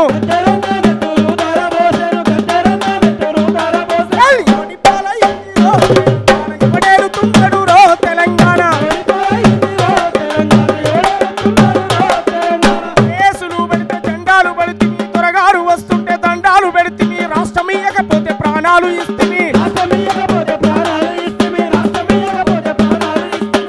పాలైంది రో తెలంగాణ, ఎవడేలుతున్నాడు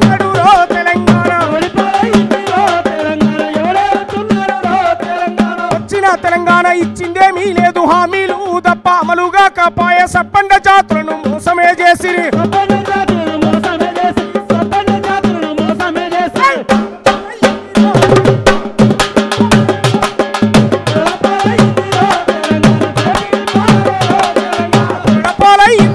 తెలంగాణ తోపిడి పాలాయరో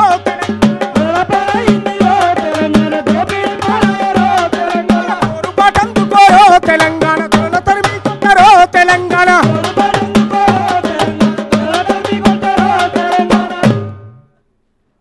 ఇది ఎందుకు రాశానంటే ఏ నాయకుడు స్పాన్సర్షిప్ ఇచ్చి నీకు 5-10 లక్షలు ఇస్తా బిడ్డ అంటే రాయాలి, పెన్ను పేపర్ పట్టుకొని నువ్వు పాటలు రాస్తావు కనుక ఈ పాట రాయి నీకు పదవులు ఇస్తా అంటే రాయలే. నా నరనరం నా రక్తం మరిగి రాశాను. మల్లన్న సాగర్ ముంపు గ్రామాల్లోకి వెళ్ళి రేవంత్ అన్న నాయకత్వంలో అక్కడ దీక్షలు చేస్తున్నప్పుడు ఆ గ్రామాలకు వెళ్ళినప్పుడు అక్కడ ప్రజలు అనుకున్న మాటను రాశాను. ఎవరు పాలైంది బిడ్డ ఈ తెలంగాణ, మా ఊరే పోతుంది, ఎవడేళ్తున్నాడు కొడుక, మేము నాగమైపోయినాం అని అక్కడ ప్రజలన్న మాటను నేను పాటగా రాశాను. వారి కన్నీళ్లను కష్టాలను అమ్మా మన ఊరు ఆగమైందే ఆగమైందే మల్లన్న సాగరులో మునిగిపోయిందే మునిగిపోయిందే మన ఊరు ఆగమైందే ఆగమైందే మల్లన్న సాగర్లో మునిగిపోయిందే మునిగిపోయిందే. కున్న ఇల్లు పెట్టుకున్న గోడ నీడనిచ్చిన బాట నడిచి ఆ నీడనిచ్చిన చెట్టు నడిచి వచ్చిన బాట నీడనిచ్చిన చెట్టు నడిచి వచ్చిన బాట నీడనిచ్చిన చెట్టు నడిచి వచ్చిన బాట. కండ్లల్లో ఊరంతా కదలాడుతుందే కదలాడుతుందే గుండెల్లో బాధంతా దిగమింగుకుందే దిగమింగుకుందే. అమ్మా మన ఊరు ఆగమైందే ఆగమైందే మల్లన్న సాగర్లో మునిగిపోయిందే మునిగిపోయిందే. అమ్మా మన ఊరు ఆగమైందే ఆగమైందే మల్లన్న సాగర్లో మునిగిపోయిందే మునిగిపోయిందే. ఇట్లా ప్రజలు ఎదుర్కొన్నటువంటి అనేక నిర్బంధ కాలాలు నీకు ఇక్కడ కరీంనగర్లో నడి రోడ్డు మీద దంపతులను నరికి చంపిన చరిత్ర, నేరేళ్ల దళితులపై ఇసుక లారీలు దొక్కించిన చరిత్ర, ఖమ్మంలో రైతులకు బేడీలేసిన చరిత్ర. ఇట్లా దళితున్నే ఈ రాష్ట్రానికి మొదటి ముఖ్యమంత్రిని చేస్తామని మాట తప్పిన చరిత్ర. మెజార్టీ పీపుల్ అయిన మాదిగలకు ఒక మంత్రి పదవి లేకపోవడం అవమానంగా భావించి, మహిళలకు మంత్రి పదవి లేకపోవడం అవమానంగా భావించి, 3 ఎకరాల భూమి డబుల్ బెడ్రూమ్ ఇండ్ల జాడే లేకపోవడం అవమానంగా భావించి, మాట్లాడుకునే స్వేచ్ఛ లేకుండా ధర్నా చౌకునే రద్దు చేస్తే తెలంగాణలో ప్రశ్నించే గొంతుకలు ఏంటి, ప్రజల కోసం పోరాడే గొంతెట్లా అని చెప్పి ఆ రోజు రాసినటువంటి పాటలు. వద్దు వద్దురా ఓదరో నీ పాలనొద్దురా మాదరా అవశంగాదురా ఓదరో నిన్ను మోయలేమురా మాదరా నిజామురాజుల కాశ్మీర చెవిన కలగలిపితని పాలనాయన. వద్దు వద్దురా ఏయ్ వద్దు వద్దురా వద్దు వద్దురా ఓదరో నీ పాలనొద్దురా మాదరా ఇక వశం కాదురా ఓదరో నిన్ను మోయలేమురా మాదరా. ఆ రోజు జరిగినటువంటి అనేక విషయాల మీద ప్రజా సమస్యలు ప్రశ్నించే గొంతుకలుగా రాసి పాడాం. ఆ పరిపాలన పోయింది. మేం కోరుకున్న ప్రజలు కోరుకున్న ప్రజాపాలన వచ్చింది. ఇనుప కంచెలు పోయినాయి, గడిల గేట్లు పోయినాయి. స్వేచ్ఛగా ప్రజలు మాట్లాడుకునేటువంటి ప్రజాపాలన వచ్చిన తర్వాత ఏమొచ్చింది బిడ్డ అని నన్ను అడిగితే ఒక మనిషి స్వేచ్ఛగా ఊపిరి పీల్చుకునేటువంటి ఒక స్వేచ్ఛ వచ్చిందని చెప్పగలుగుతాను. 75 ఏండ్ల స్వాతంత్రంలో కేవలం ఓట్లేసే యంత్రాలుగా మారిన నా బీసీలు, మెజార్టీ ప్రజలైనటువంటి నా బీసీలు, వాళ్ళ కులమేందో జనమేందో ప్రభుత్వంలో లెక్కలే లేవు. కానీ ఇవాళ మొట్టమొదలుగా తెలంగాణ రాష్ట్రంలో ఇవాళ రేవంత్ అన్న నాయకత్వంలో కులగణన చేసిన చరిత్ర ఇవాళ ప్రజాపాలన. ఇక్కడ క్వశ్చన్ అది, నువ్వు 5 ఏళ్ళ పరిపాలన చూసి పాటలు రాసేవాడిని. ఎవరి పాలైంది వచ్చింది కూడా 2018 ఎన్నికల కంటే ముందే. ఇప్పుడు పాడిన పాటలన్నీ కూడా 2018 కన్నా వచ్చిన ముందే కదా. 5 ఏళ్ళనే కేసీఆర్ ముచ్చటైంది, కేసీఆర్ ప్రభుత్వం ఏంది, కేసీఆర్ పనితీరైంది, పథకాలైంది మొత్తం ప్రజలు గమనించారు కదా. 2014 అంత ఫ్లోలోనన్నా, అంత ఒక గాడుపులనన్నా 60-65 చిల్లర సీట్లు వస్తాయి. ఇప్పుడు 2018కి వచ్చేటోళ్ళకల్లా 88 సీట్లు వచ్చినాయి. కాంగ్రెస్ వాళ్ళు మొత్తం అలా కలిసిరు. దాదాపుగా నువ్వు ఇప్పుడు కాంగ్రెస్ పార్టీలో ఉండి ఈ పాటలో ఒక ఉద్యమాన్ని నడిపించిన డైరెక్ట్గా ఎన్నికల ప్రచారంలో. ఈ కాంగ్రెస్ నాయకుల ప్రచారం ఎంత అవుతుందో ఏ పురుషమన్న పాటలు అంతే నడిచినాయి. సో ఎందుకు ఫెయిల్ అయ్యారు మరి? అప్పుడు ఎందుకు మళ్ళీ కేసీఆర్కి అవకాశం ఉంది? కేసీఆర్ ఏం చేయకపోతే రెట్టింపు సీట్ ఎట్లా ఇస్తారు ఆయనకి, కేసీఆర్కి? తెలుగు నేల మీద ఎప్పుడైనా ప్రజలు, అది చంద్రబాబు నాయుడు ముఖ్యమంత్రిగా ఉన్న కాలం కావచ్చు, అది రాజశేఖర రెడ్డి ముఖ్యమంత్రిగా ఉన్న కాలం కావచ్చు, ఆ తర్వాత వచ్చిన కేసీఆర్ గారు కావచ్చు, ఈ 3 పరిపాలనలో భాగంగా మనం మార్పులు చూసుకుంటే ప్రజలు ఒకసారి అవకాశం ఇచ్చారు. ఈసారి చేయలేదు, నెక్స్ట్ అయినా ఏమైనా ప్రజల కోసం ఆలోచిస్తారేమో అని చెప్పి అదనంగా ఇంకొకసారి అవకాశం ఇచ్చారు. అట్లా మనం చంద్రబాబు నాయుడు 2 సార్లు ఉమ్మడి రాష్ట్రానికి ముఖ్యమంత్రి అయ్యిండు, రాజశేఖర రెడ్డి గారు 2 సార్లు ఉమ్మడి రాష్ట్రానికి ముఖ్యమంత్రి అయ్యిండు. తెలంగాణ రాష్ట్రం వచ్చిన తర్వాత కూడా కేసీఆర్ గారికి కూడా ప్రజలు అదే అవకాశం ఇచ్చారు. ఓకే, తెలంగాణ ఇప్పుడే వచ్చింది, కొత్తగా వచ్చింది, కొత్తగా అయిండు, కొన్ని చేయలేకపోవచ్చు, చేస్తాడేమో అనేటువంటి ఎదురు చూశారు. వీళ్ళు ఎంతసేపటికి పాతది గూలగొట్టు, కొత్తది కట్టు, దాని మీద కమిషన్ పట్టు, దీని మీద ఫోకస్ పెట్టారు తప్ప సామాన్యమైనటువంటి ప్రజలకు అందుబాటులోకి తీసుకుపోవడంలో అట్టర్ ఫెయిల్యూర్ అయ్యారని మేము చెప్తాం.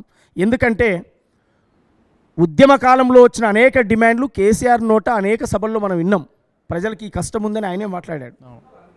మూసి ప్రక్షాళన కావచ్చు, భూముల సమస్య కావచ్చు, నిరుద్యోగ సమస్య కావచ్చు, ప్రధానంగా నీళ్లు, నిధులు, నియామకాలు 3 ఎజెండాలతో తెలంగాణ ఉద్యమం సాగింది. 14 ఏళ్ల తన ప్రాక్టీస్లో, 14 ఏళ్ల ఆయన జీవితం, ఆయన తెలంగాణ ఉద్యమ కాలంలో 14 ఏళ్ళు ప్రజలతో ఆయన మమేకమై తిరిగినటువంటి కాలం కదా.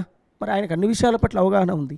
2 సార్లు ఈ రాష్ట్రానికి ముఖ్యమంత్రి అయ్యే అవకాశం వచ్చినా కావాలని కొన్ని వర్గాలను నిర్వీర్యం చేసి కూర్చోబెట్టాడు, కావాలని కక్షపూరితంగా.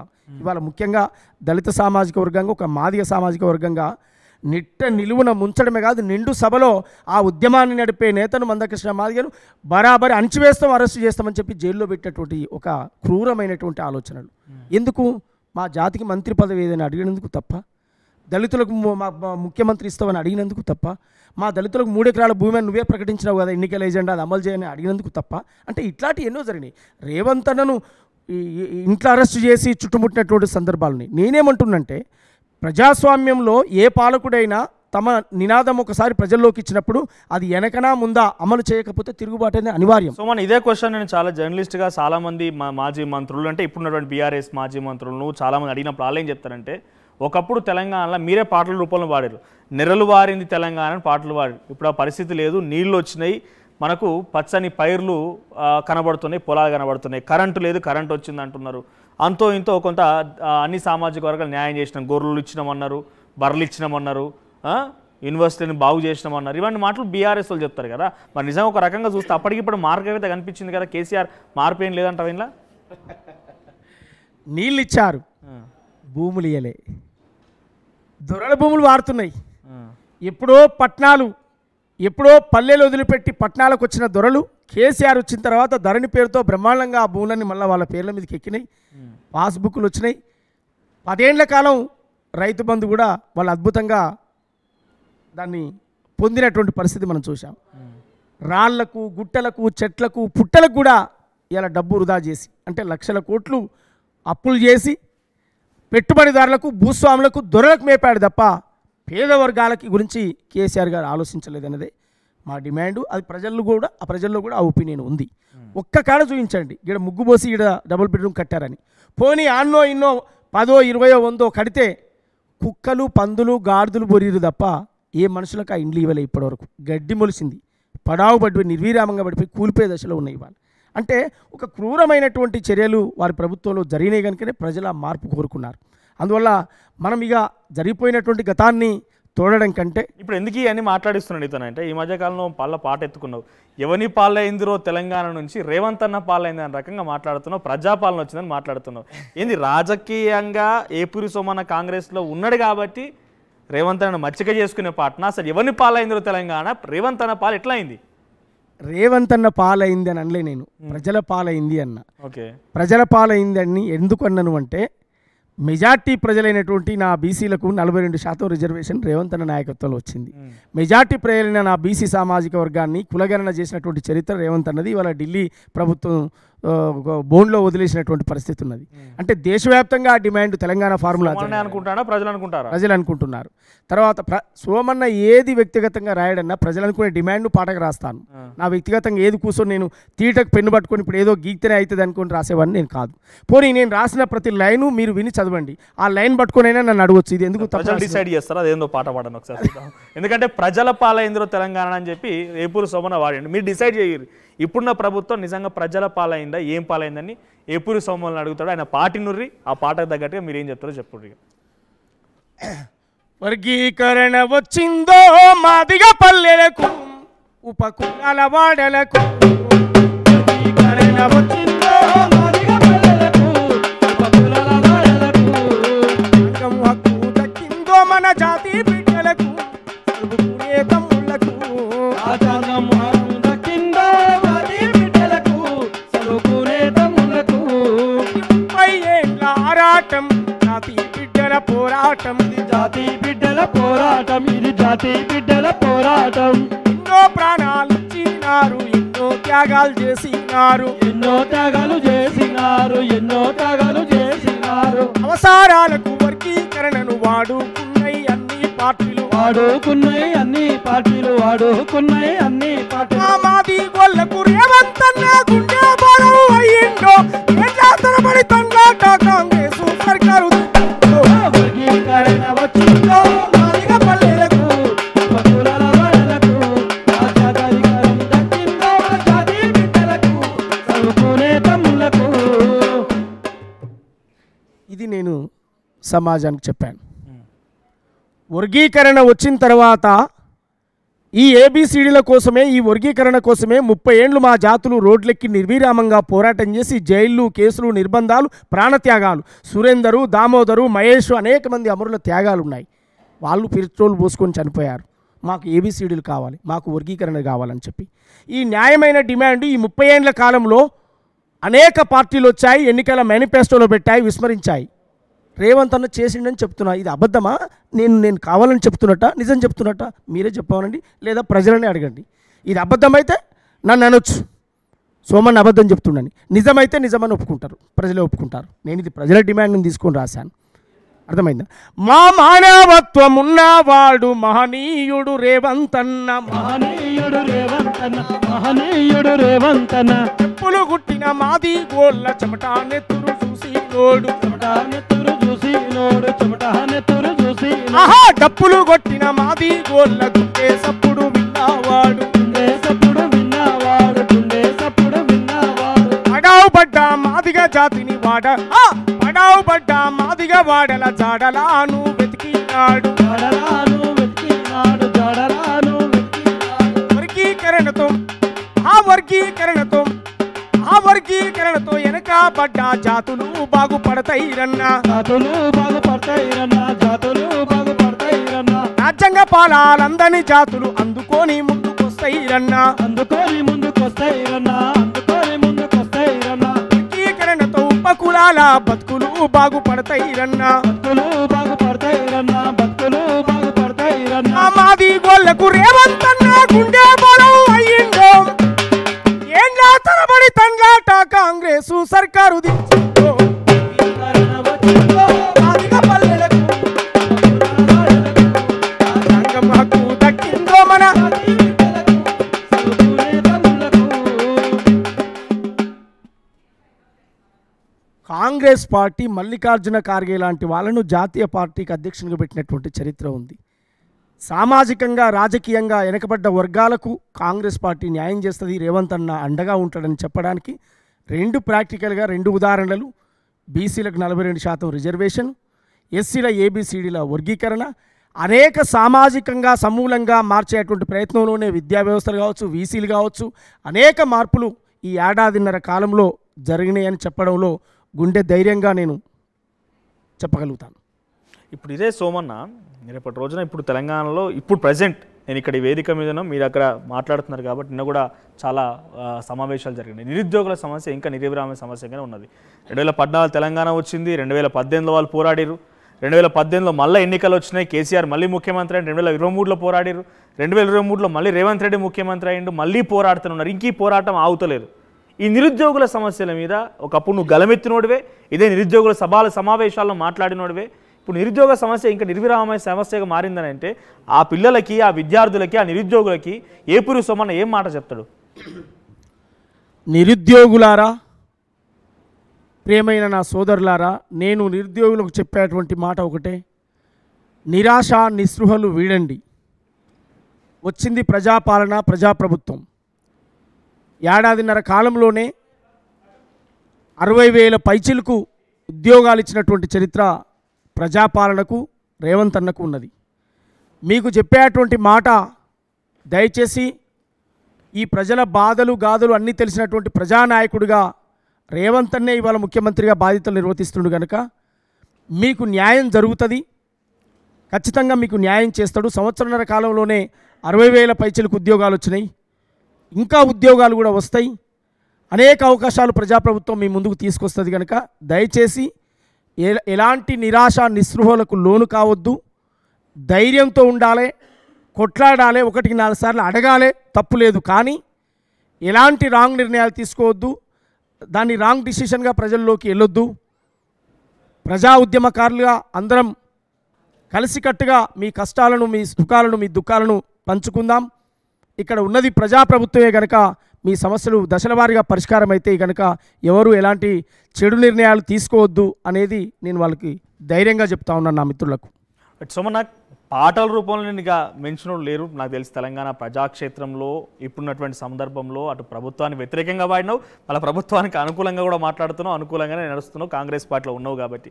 కాసేపు మాట్లాడుకుంటే రాజకీయంగా ఏపూరి సోమన్న ఎందుకు ఒడిదుట్లు ఎదుర్కొంటున్నాడు అంటే, తెలంగాణ వచ్చింది, తెలంగాణ ఉద్యమంలో నీది చాలా కీలకమైన పాత్ర.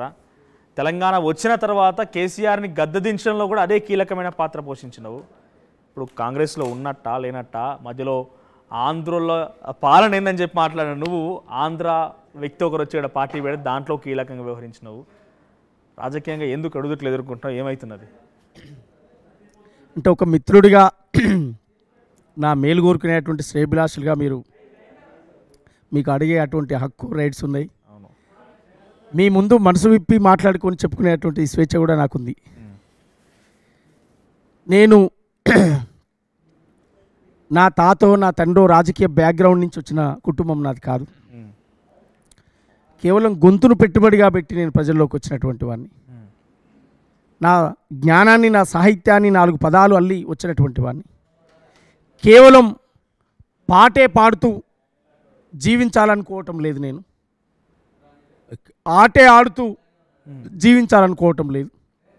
భారత రాజ్యాంగం బాబాసాహెబ్ అంబేద్కర్ ఇచ్చినటువంటి హక్కును నేను కూడా ఉపయోగించుకోవాలి, నా వర్గాలకు నేను న్యాయం చేయాలి అనేటువంటి ఒక లక్ష్యంతో నేను ముందుకొచ్చినటువంటి వాడిని కనుక రాజకీయంగా ఒక స్పేస్ అనేది సంపాదించుకోవడం కోసం రకరకాల ప్లాట్ఫామ్లు తిరుగుతున్నటువంటి వాడిని. ఎందుకంటే నా తాతో తండ్రి అడ్వాన్స్గా రాజకీయాల్లో ఉంటే నాకు ఈ బాధ ఉండకపోవు. పాపం వాళ్ళకున్న కష్టాలు వాళ్ళ లైఫ్లో వాళ్ళు అనుభవించారు కనుక వాళ్ళు ఇక్కడి వరకు అందుకోలేకపోయారు. పాట అనేటువంటి ఉద్యమ బాటను ఎంచుకొని నేను ప్రజల్లోకి వచ్చాను, ప్రజల్లో గుర్తింపు పొందాను కనుక ఖచ్చితంగా నేను అనుకున్న గోల్ రీచ్ అయ్యేటువంటి క్రమంలో కొన్ని తప్పటడుగులు, కొన్ని ఒడిదుడుకులు జరిగినటువంటి మాట నిజం, ఇది ఒప్పుకోవాలి. కొన్ని చిన్న చిన్న నిర్ణయాలు తీసుకోవడం ద్వారా, మిస్టేక్ నిర్ణయాలు తీసుకోవడం ద్వారా కొంత గ్యాప్ జరిగింది, కొంత ఇబ్బంది జరిగింది, వాస్తవం అది. కానీ ఎప్పుడైనా నా ప్రయాణం కాంగ్రెస్ తోటే, నా ప్రయాణం రేవంత్ అన్నతోటే. నా ఆటైనా, పాటైనా, మాటైనా వారు చేసిన మంచిని ప్రజలకు చెప్తా, చేయంది చెప్పను. వారు చేసే మంచిని మాత్రమే జనంలోకి తీసుకుపోయేటువంటి ఒక సాంస్కృతిక సైనికుడిగా పనిచేస్తాను. ప్రజాపాలన చేసేటువంటి మంచి పనులు ప్రజల్లోకి తీసుకుపోవడానికి ఒక కార్యకర్తగా పనిచేస్తాను. ముఖ్యంగా జై బాపు, జై భీమ్, జై సంవిధాన్, భారత రాజ్యాంగమే బడుగులకు రక్షణ, భారత రాజ్యాంగాన్ని కాపాడుకుందామనేటువంటి ఒక నినాదాన్ని అల్లంపూర్ నుంచి ఆదిలాబాద్ వరకు భవిష్యత్తులో ఒక గొప్ప సాంస్కృతిక యాత్ర కూడా చేయబోతా ఉన్నాను. ఇది గ్రామ పునాదుల్లోకి వెళ్ళాలి. ఏ కులము, ఏ మతము, ఏ దైవాలు కాదు ఇక్కడ ప్రజల జీవితాలు మార్చింది. భారత రాజ్యాంగం వచ్చిన తర్వాత ప్రజల జీవితాలు మార్చినాయి. భారత రాజ్యాంగం అమల్లోకి అయిన తర్వాతనే పేదోడికి బట్ట పొట్ట కూడు నీడ వచ్చింది తప్ప ఇవాళ ఈ దేశంలో జరుగుతున్నటువంటి మత రాజకీయాలు, కుల రాజకీయాల వల్ల ఏ పేదోడి జీవితాలు మారలేదు. నువ్వు ఈ కులమా, నేను ఆ కులమా, నీది ఈ మతమా ఆ మతమా అని తన్నుకొని సావడమే అయిపోయింది తప్ప అంబేద్కర్ ఐడియాలజీ వచ్చిన తర్వాతనే సూటు బూటు వచ్చింది, హక్కు అధికారం వచ్చింది. నా జాతులు చట్టసభల్లో గలాలు వినిపిస్తున్నాయి, నా జాతులు నా వర్గాలు ఆత్మగౌరవంతో అడుక్కొని కాదు ఆత్మగౌరవంతో బతుకుతున్నాయంటే బాబాసాహెబ్ అంబేద్కర్ వచ్చిన తర్వాత. రేపు భవిష్యత్తులో కాంగ్రెస్ పార్టీ ఆశయాలను, రాహుల్ గాంధీ గారి యొక్క ఆశయాలను, రేవంత్ అన్న యొక్క ఆశయాలను ప్రజల్లోకి, గ్రామ పునాదుల్లోకి తీసుకెళ్తాం. ఈ భారతదేశం భారత రాజ్యాంగంతో ముడిపడి ఉన్న భారతదేశంగా కావాలి తప్ప రాజ్యాంగాన్ని విడదీసి చూసేటువంటి శక్తులను వ్యతిరేకిస్తాం. అలాంటి శక్తులను, ప్రజాస్వామిక శక్తులను ఏకం చేసేటువంటి ప్రయత్నం మీ సోదరుడు ఖచ్చితంగా ఏపూరి సోమన్నగా నా పాత్ర నేను వహిస్తాను. ఏపూరి సోమన్న తెలంగాణ ఉద్యమంలో ఉన్నాడు. తెలంగాణ ఉద్యమం వచ్చినాక కేసీఆర్ని ఓడగొట్టున్నాడు. ఈరోజు అంతో ఇంతో రేవంత్ రెడ్డిని గెలిపించుట్లో కూడా నీ పాత్ర ఉన్నది. మళ్ళీ ప్రభుత్వం కోసం పనిచేస్తాను అంటున్నావు. మరి ఇంతవరకు నువ్వు అంటున్నటువంటి అదే దళిత సామాజిక వర్గం నుంచి వచ్చిన నువ్వు ఇంత పోరాటం చేస్తున్నావు, నీకు ఎందుకు పార్టీ ప్రాధాన్యత ఇస్తలేదు? అంటే పార్టీ ప్రాధాన్యత ఇవ్వలేదని నేను ఎప్పుడు అనుకోలేదు. పార్టీ ఖచ్చితంగా అనుకున్నటువంటి సందర్భంలో, ప్రతి సందర్భంలో రేవంత్ అన్నకు నేను అండగానే నిలబడ్డాను. వారు అచ్చంపేట నుంచి పాదయాత్ర చేసినప్పుడైనా, వారు అంతకుముందు టీడీపీ ప్లాట్ఫామ్ మీద ఉన్న ప్రతి వేదికనైనా నేను షేర్ చేసుకున్నాను. ఒక ఉద్యమకారుడు, ఒక వాయిస్ ఉన్నోడు, ఒక బలమైన గొంతున్నోడు, ప్రజలకు ఇలాంటి గొంతు అవసరం అనేటువంటి ఆలోచనతోటి నేను ముందుకు పోయాను. ఇవాళ ఏదో ముఖ్యమంత్రిగా అయిండ్రని చెప్పి నేను ఇవాళ వారు ఎమ్మటి ప్రజాపాలన వచ్చిందని పాట పాడట్లేదు. వారు ఏది కానప్పుడే నేను మీకు రావాల్సిన మొగోడు రానే వచ్చిండో నేస్తమారావం, ఇది అచ్చంపేట వేదిక మీద మాట్లాడాను నేను. వారు పాదయాత్ర చేస్తారు శంషాబాద్, అక్కడ ఎక్కడి వరకు అవుటర్ వరకు చేస్తారు అచ్చంపేట నుంచి. ఆ రోజుల్లోనే పాడాను నేను వారి మీద. అందువల్ల నేనేమంటున్నంటే, మనం ఒక నాయకుడిని నమ్ముకున్నాం, ఆ నాయకుడిని అడుగుల్లో అడుగేసుకుంటూ వెళుతున్నాం. మొన్న జరిగినటువంటి ఒక తప్పటి అడుగును దాన్ని రెటిఫై చేసుకున్నాం. అలాంటి మళ్ళీ పునరావృతం కాకుండా చూసుకోవడం కోసం ఉన్నాం. వారు కూడా మాకు గౌరవంగా మాతో మాట్లాడి పనిలో ఉండండి, ఖచ్చితంగా ప్రజాపాలన చేసేటువంటి ప్రజలకు అందించే మంచి పనులను ప్రజల్లోకి తీసుకుపోవడంలో ముందు వరుసలో ఉండాలనేటువంటి సూచన కూడా చేయడం జరిగింది. రేవంత్ అన్న నన్ను పట్టించుకోలేదని నేను ఎప్పుడు కూడా అనుకోలేదు. రేవంత్ అన్న ఖచ్చితంగా ఆయన గైడెన్స్ ఉంది, ఆయన ఆలోచన విధానంతో రేపు భవిష్యత్తులో ఖచ్చితంగా ఇంకో 20 ఏళ్ళైనా 30 ఏళ్ళైనా ఈ రాజకీయ జీవితంలో వారి వెంటనే మా ప్రయాణం ఉంటుంది. తెలంగాణలో కాంగ్రెస్ పార్టీ అధికారంలోకి వచ్చిన తర్వాత మెజారిటీ తెలంగాణ వాళ్ళు ఉందని మీలాంటి వాళ్ళతో చాలా వరకు రోజు మాట్లాడుతూ ఉంటాం, ఉస్మానియా విద్యార్థులతో టచ్లో ఉంటాం. కాబట్టి తెలంగాణ ప్రజల్లో ఒక బలమైనటువంటి ఒక చర్చ ఏంటంటే, తెలంగాణ అస్తిత్వం పూర్తిగా గంగలో కలుస్తుంది. తెలంగాణ విగ్రహం నుంచి బతుకమ్మని ఎత్తేయడం ఏంది, తెలంగాణ 10 సంవత్సరాల వేడుకలల్లో, ఆటపాటలల్లో ఈ డిస్కోలు ఏంది, ఈ డ్యాన్సులు ఏంది, తెలంగాణ ఆ గౌరవం అంటే ఏంటి? మీలాంటి కళాకారుల యొక్క పాటలు కదా, బతుకమ్మ ఆటలు కదా, ఆ వేదికల మీద హీరోయిన్ల చిందులేసుడు ఏంది, అంతా కొంత తెలంగాణ నిజంగానే ఒకప్పుడు ఈ భాష, భావము, ఊరు పాటలన్నీ కూడా సినిమా పాటలు అయిపోతున్నటువంటి భావన తెలంగాణ ప్రజలు చాలా బలంగా కలుగుతున్నది. మీలాంటి వాళ్ళని తీసుకుపోయి ఆ వేదికలు ఎక్కించి పాటలు పాడి తెలంగాణ చరిత్ర గురించి తెలిసేది, మీరు అంటున్నటువంటి కొన్ని పాటలు, వీళ్ళందరి యొక్క త్యాగాలు తెలిసేది. కానీ ఇప్పుడు ఏం తెలుస్తున్నాయి? తెలంగాణ వచ్చిన తర్వాత ఏం నడుస్తుంది? డిస్కో డ్యాన్సులు, ఈ పబ్బులు ఇవా జరిగేది? ఈ బలమైన చర్చ జరుగుతుంది కదా, ఒక తెలంగాణ కళాకారుడు, తెలంగాణ ఉద్యమం, నీ భావన ఏంది? అది నిజంగా జరిగింది మంచిది అనుకుంటున్నారా? లే, తెలంగాణ అస్తిత్వానికి, తెలంగాణ ఆత్మగౌరవానికి ఎక్కడ కూడా ప్రజాపాలనలో భంగం కలగదు అనేది మా విశ్వాసం. వారు వచ్చిన తర్వాత తెలంగాణ తల్లిని, తెలంగాణ తల్లిగా చెప్పబడుతున్నటువంటి దొరసాని విగ్రహాలు ధ్వంసం చేసి ప్రజా తెలంగాణగా, ప్రజల తల్లిగా ఉన్నటువంటి ఒక విగ్రహాన్ని నిర్మాణం చేయడం, తర్వాత తెలంగాణ అమరవీరుల స్తూపాన్ని చెక్కినటువంటి ఎక్కా యాదగిరి అనేటువంటి ఓ మహనీయుని గుర్తించి, తెలంగాణ రైతాంగ సాయుధ పోరాటంలో ఏ బండ్లే పోతావు కొడుకు నైజాం సరకరోడానికి గర్జించిన బండి యాదగిరి లాంటి వాళ్ళని గుర్తించడం, వారి కుటుంబాన్ని గుర్తించడం, ప్రజాయుద్ధ నౌకగా భారతదేశ సాంస్కృతిక విప్లవ సేనాధిపతిగా నాయకత్వం వహించిన మహానుభావుడు గద్దరన్న అనేక మంది ప్రజాకౌలను, అందశ్రీ, గొరెటి వెంకన్న, జయరాజన్న అనేక మంది కవులను గుర్తించి, సుద్దాల అశోక్ తేజ గారు లాంటి అలాంటి వాళ్ళందరినీ కూడా గుర్తించి ఇవాళ ప్రభుత్వం వారికి గౌరవంగా వారికి ఇచ్చినటువంటి బహుమానాలు కూడా మనం చూసినాం. ఇవన్నీ కూడా ఉన్నాయి. ఇవన్నీ కూడా కళాకారులను, కవులకు ఒక పెద్దపీట వేసేటువంటి ప్రయత్నం రేవంత్ అన్న ప్రభుత్వం చేస్తుంది. పాటను విస్మరించి, జయ జయ హే తెలంగాణ జననీ జయకేతనం అనేటువంటి ఒక పాటను విస్మరించి ఆ పాటను పక్కకు పెడితే, ఆ పాటను ఇవాళ తీసుకొచ్చి తెలంగాణ జాతీయ గీతంగా మరి పాడించినటువంటి చరిత్ర అది రేవంత్ అన్నకు, ప్రజల పాటకు, ప్రజాపాలనకు ఉంది.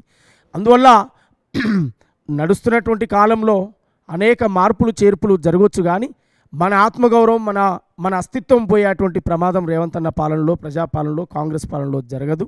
తెలంగాణ అస్తిత్వాన్ని నిలబెట్టే ప్రయత్నమే. తెలంగాణ ఇచ్చిందే సోనియా గాంధీ, తెలంగాణ రాష్ట్రం ఇచ్చిందే సోనియా గాంధీ. అలాంటి సోనియా గాంధీ తల్లి నాయకత్వంలో జరుగుతున్నటువంటి ఈ ప్రజాపాలన ఎప్పుడు కూడా తెలంగాణ ఆత్మగౌరవాన్ని నిలబెట్టేదిగా, కాపాడేదిగా ఉంటుంది తప్ప తెలంగాణ అస్తిత్వాన్ని ఎప్పుడు కూడా కోల్పోదు అనేటువంటి విషయాన్ని మీకు గుర్తు చేస్తా ఉన్నాను. ఇంకా ప్రజలు అనుకుంటున్నారు కాబట్టి ఒక జర్నలిస్ట్గా మీ ముందు ఉంచుతున్నాను నేను. నిజంగా మీకు రేవంత్ రెడ్డి గారి దగ్గరికి అవకాశం వస్తే తెలంగాణ కళని, కల్చర్ని కాపాడమని చెప్పండి, కొన్ని సినిమాల దగ్గర తాకట్టు పెట్టొద్దని ఒక చర్చ బలంగా జరుగుతుంది కాబట్టి నిజంగా జరుగుతుంది. బికాజ్ ఇక్కడ విషయం ఏమంటున్నానంటే, because it's not a debate కాబట్టి పుష్ప సినిమా అనే అంశం చాలా పెద్ద విషయం ఏం కాదు. దాని గురించి 3-4 రోజులు చర్చ, వాళ్ళని డైరెక్టర్లను పిలిచుడేంది, వాళ్ళతో గిన్సేపు మాట్లాడేంది.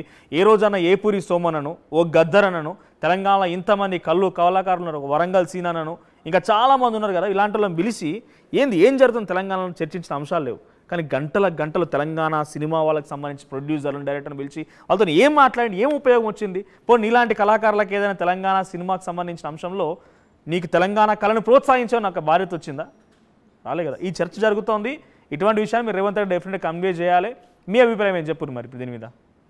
తెలంగాణ అనేటువంటి ప్రజాపాలన వచ్చిన తర్వాత తెలంగాణ అనేటువంటి సినిమా ఇండస్ట్రీలో ఇవాళ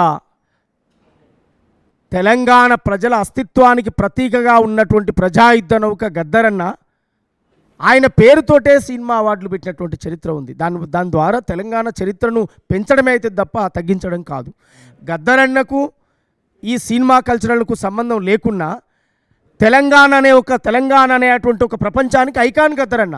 నువ్వు సినిమా హీరోవా, నువ్వు హిందీ హీరోవా, నువ్వు తమిళ ఏ హీరో అన్నగా ఇక్కడ ఈ ప్రపంచానికి ఐకాన్ మా గద్దర్. ఇగో గద్దరన్న పేరుతో మీకు అవార్డులు ఇస్తున్నాం, ఇంకే అవార్డులు ఇక్కడ పనిచేయి. అది గొప్ప నిర్ణయం, దాన్ని అసలు తప్పు పట్టాల్సినటువంటి అవసరం లేదు. అది చారిత్రాత్మకమైన నిర్ణయం. అందువల్ల ఆ సినిమా విషయంలో జరిగినటువంటిది, ఒకరి ప్రాణాలు పోయినాయి, ఒకరు ప్రాణప్రాయ స్థితిలో ఉన్నారు, అలాంటి ఇన్సిడెంట్స్ జరిగినాయి కనుకనే తప్ప ఏదో కావాలని ఎవరి మీదనో కక్షనో లేకపోతే ఇంకేదో ఏముంటుంది ఆడ. ఒక ప్రాణం పోయింది, అది పబ్లిక్ ఇష్యూ అయింది. పేదోడైనా లేనోడైనా ఉన్నోడైనా ప్రాణమే కదా. అందువల్ల అలాంటి విషయం కోసమే ఆ సినిమా వాళ్ళతో పిలిపించడం, మాట్లాడడం జరగవచ్చు తప్ప ఇంకా ఏది కూడా కాదు. సినిమా ప్రపంచం మీదనే గద్దరన్న చిత్రపటాన్ని తీసుకొచ్చి పెట్టారు. ఇవాళ ఈ అవార్డు మీరు తీసుకోవాల్సిందే అని చెప్పి, అంతకంటే మించి ఏముంటుంది? అల్టిమేట్ అది. సరే, పోయిన 10 ఏళ్లలో కొంతమంది ఎమ్మెల్యే ముచ్చట మాట్లాడుకుంటే తెలంగాణ ఉద్యమంలో ఆయన కూడా గజ్జగట్టి పాట పాడిండు, ఏ పార్టీకి పాడిండు, ఏం పాట పాడిండు పక్కన పెడితే రసమై బాలకృష్ణ ఎమ్మెల్యే అయిండు. ఆ తర్వాత తెలంగాణ ఉద్యమకారులకు సంబంధించిన చాలా ఉదాహరణ విద్యార్థి నాయకులు తీసుకుంటే ఓ గాదర్ కిషోర్ కానీ, ఓ బాల్కా సుమన్ కానీ, ఇంకా చాలామంది తెలంగాణకు సంబంధించి మీ సహచార ఉద్యమకారులు అంటామా, లేకపోతే మీ సహచారమైనా కాకపోతే వాళ్ళు తెలంగాణ ఉద్యమంలో అంత ఇంత వాళ్ళ పాత్ర ఉన్నది, వాళ్ళందరికీ అవకాశం వచ్చింది. ఇప్పుడున్నటువంటి 75 మంది మీ పార్టీలో గెలిచిన ఎమ్మెల్యేలలో ఎంతమంది తెలంగాణ ఉద్యమకారులు ఉన్నారు? అంటే ఇంకా తెలంగాణ సెంటిమెంట్ తీసుకోవాలని అంటావేమో. తెలంగాణ సెంటిమెంట్ ఇంకా ఇట్స్ స్టిల్ జరుగుతుంది, ఇంకా లైవ్లీగా ఉన్నది. సో ఎటువంటి అవకాశాలు వచ్చినాయి? ఇప్పుడు నీలాంటి వాళ్ళకి ఇంకెంతమందికి ఎన్ని అవకాశాలు రాకుండా ఇబ్బంది పడుతున్నారు? అంటే నాలాంటి వాళ్లకు, అది యూనివర్సిటీ విద్యార్థులు కావచ్చు, కళాకారులు కావచ్చు, ఖచ్చితంగా తగిన సమయంలో తగినటువంటి గుర్తింపు రేవంత్ అన్న, ప్రజాపాలన, కాంగ్రెస్ ప్రభుత్వం ఖచ్చితంగా ఇస్తుంది. ప్రపంచం, ఈ సమాజం సంతోషపడే విధంగా కరెక్ట్ వీళ్ళకి న్యాయమే జరిగింది అని చెప్పుకునేటువంటి గౌరవం, ఆ గౌరవం దక్కుతుంది అనేటువంటి విశ్వాసం మాకు రేవంత్ అన్న మాటల్లో, ఆయన కార్యాచరణలో, ఆయన ఆచరణలో. కేవలం పదవచ్చినందుకు మేము దగ్గర పోయినటువంటి వాళ్ళం కాము. ఆయన జర్నీలో, ప్రతి జర్నీలో మేము ఉన్నాం కనుక ఉద్యమకారులందరినీ కూడా ఆయన గుర్తిస్తాడు. ఆయన కోసం కలిసి పనిచేసిన ఎవరిని కూడా ఆయన విస్మరించడు అనేదే నా ఒపీనియన్. రైట్గా ఒక్కసారి మనం చివరిగా మీ గురువు, డెఫినెట్గా మనందరి గురువు గద్దరన్న గురించి ఒకసారి స్మరించుకుంటూ ఒక పాట పాడదు. ఎందుకంటే ఆయన గురించి స్మరించలేంది ఏ వేదిక ఉండదు. అసలు కళాకారుల వాళ్ళు డెఫినెట్గా గుర్తు చేసుకోవాల్సిందే. ఒక్కసారి ఆ పాట పాడుకుందాం మనం. గద్దరన్న గురించి ఒక మంచి పాట నీకు నచ్చినాయి. త్యాగాల పాటవన్నో మాయన్న గద్దారన్న, ఉద్యమాల బాటవన్నో మాయన్న గద్దారన్న, త్యాగాల పాటవన్నో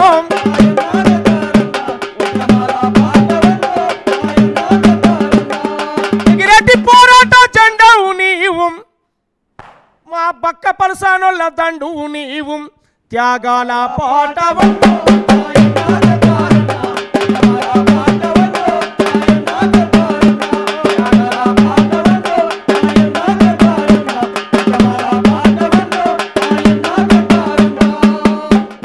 పాట పాటై జీవించావేం మాయన్న గద్దారన్నాం, ప్రజల పాటై బతుకుంటావేం మాయన్న గద్దారన్నాం, త్యాగాల పాటవన్నో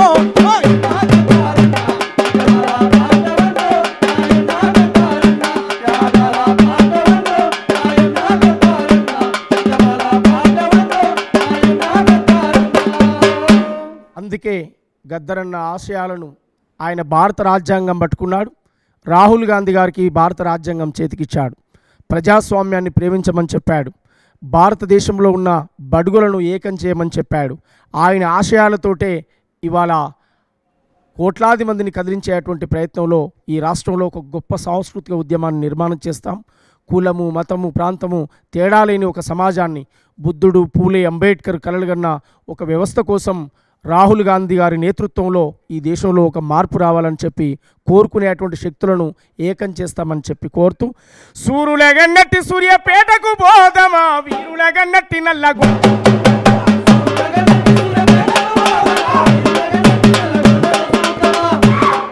మల్ల త్యాగాలతో వబడదమా మల్ల ఉద్యమానికి దారులేదమా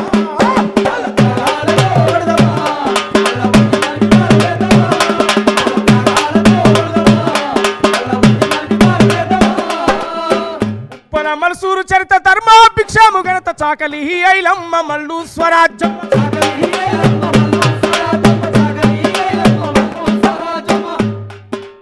యుద్ధ గీతి శుద్ధాల బండి యాదగిరి మా రోజు వీరన్న మన బెల్లి లలితక్క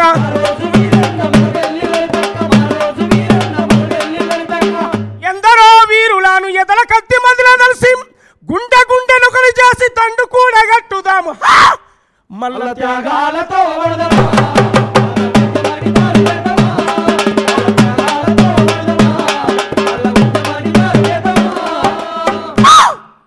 పల్లె పల్లె పోయి వద్దమా ప్రజాపాలనలో భాగమవుదమా పల్లె పల్లె పోయి వద్దమా ప్రజాపాలనలో భాగమవుదమా పల్లె పల్లె పోయి వద్దమా ప్రజాపాలనలో భాగమవుదమా పల్లె పల్లె పోయి వద్దమా ప్రజాపాలనలో భాగమవుదమా ప్రజాపాలనలో భాగమవుదమా ప్రజాపాలనలో భాగమవుదమా ప్రజాపాలనలో భాగమవుదమా. సుమన ఒక్కసారి చివరిగా నా కోసం తెలంగాణ ప్రజల గద్దరన్న పేరు చెప్పంగానే మొదట గుర్తుకొచ్చే పాట పొడుస్తున్న పొద్దు మీద. ఒక రకంగా నా ఇండివిజువల్ ఒపీనియన్ అనుకున్నా, లేకపోతే మెజారిటీ ప్రజలు కూడా అదే అనుకుంటున్నారు. ఏంటంటే గద్దరన్న గొంతుని కానీ గద్దరన్న హావభావాలు కానీ పునికి పుచ్చుకుంది కేవలం ఏపూరి సుమన మాత్రం. ఏం చెప్పడం కాదు, కొన్ని సందర్భాల్లో గోరేటి వెంకన్న లాంటి పెద్ద పెద్ద కళాకారులు కానివ్వండి వాళ్ళు కూడా చెప్పినటువంటి మాటలు చూసినాం. కాబట్టి ఒక్కసారి పొడుస్తున్న పొద్దు మీద నీ నోటి నుంచి గద్దరన్ననే ఒక్కసారి ఇక్కడ కనిపించాలని అంటే అది నీతోనే సాధ్యమవుతుంది. ఒక్కసారి పొడుస్తున్న పొద్దు మీద. పొడుస్తున్న పొద్దు మీద నడుస్తున్న కాలమా వారు తెలంగాణమా, పొడుస్తున్న పొద్దు మీద నడు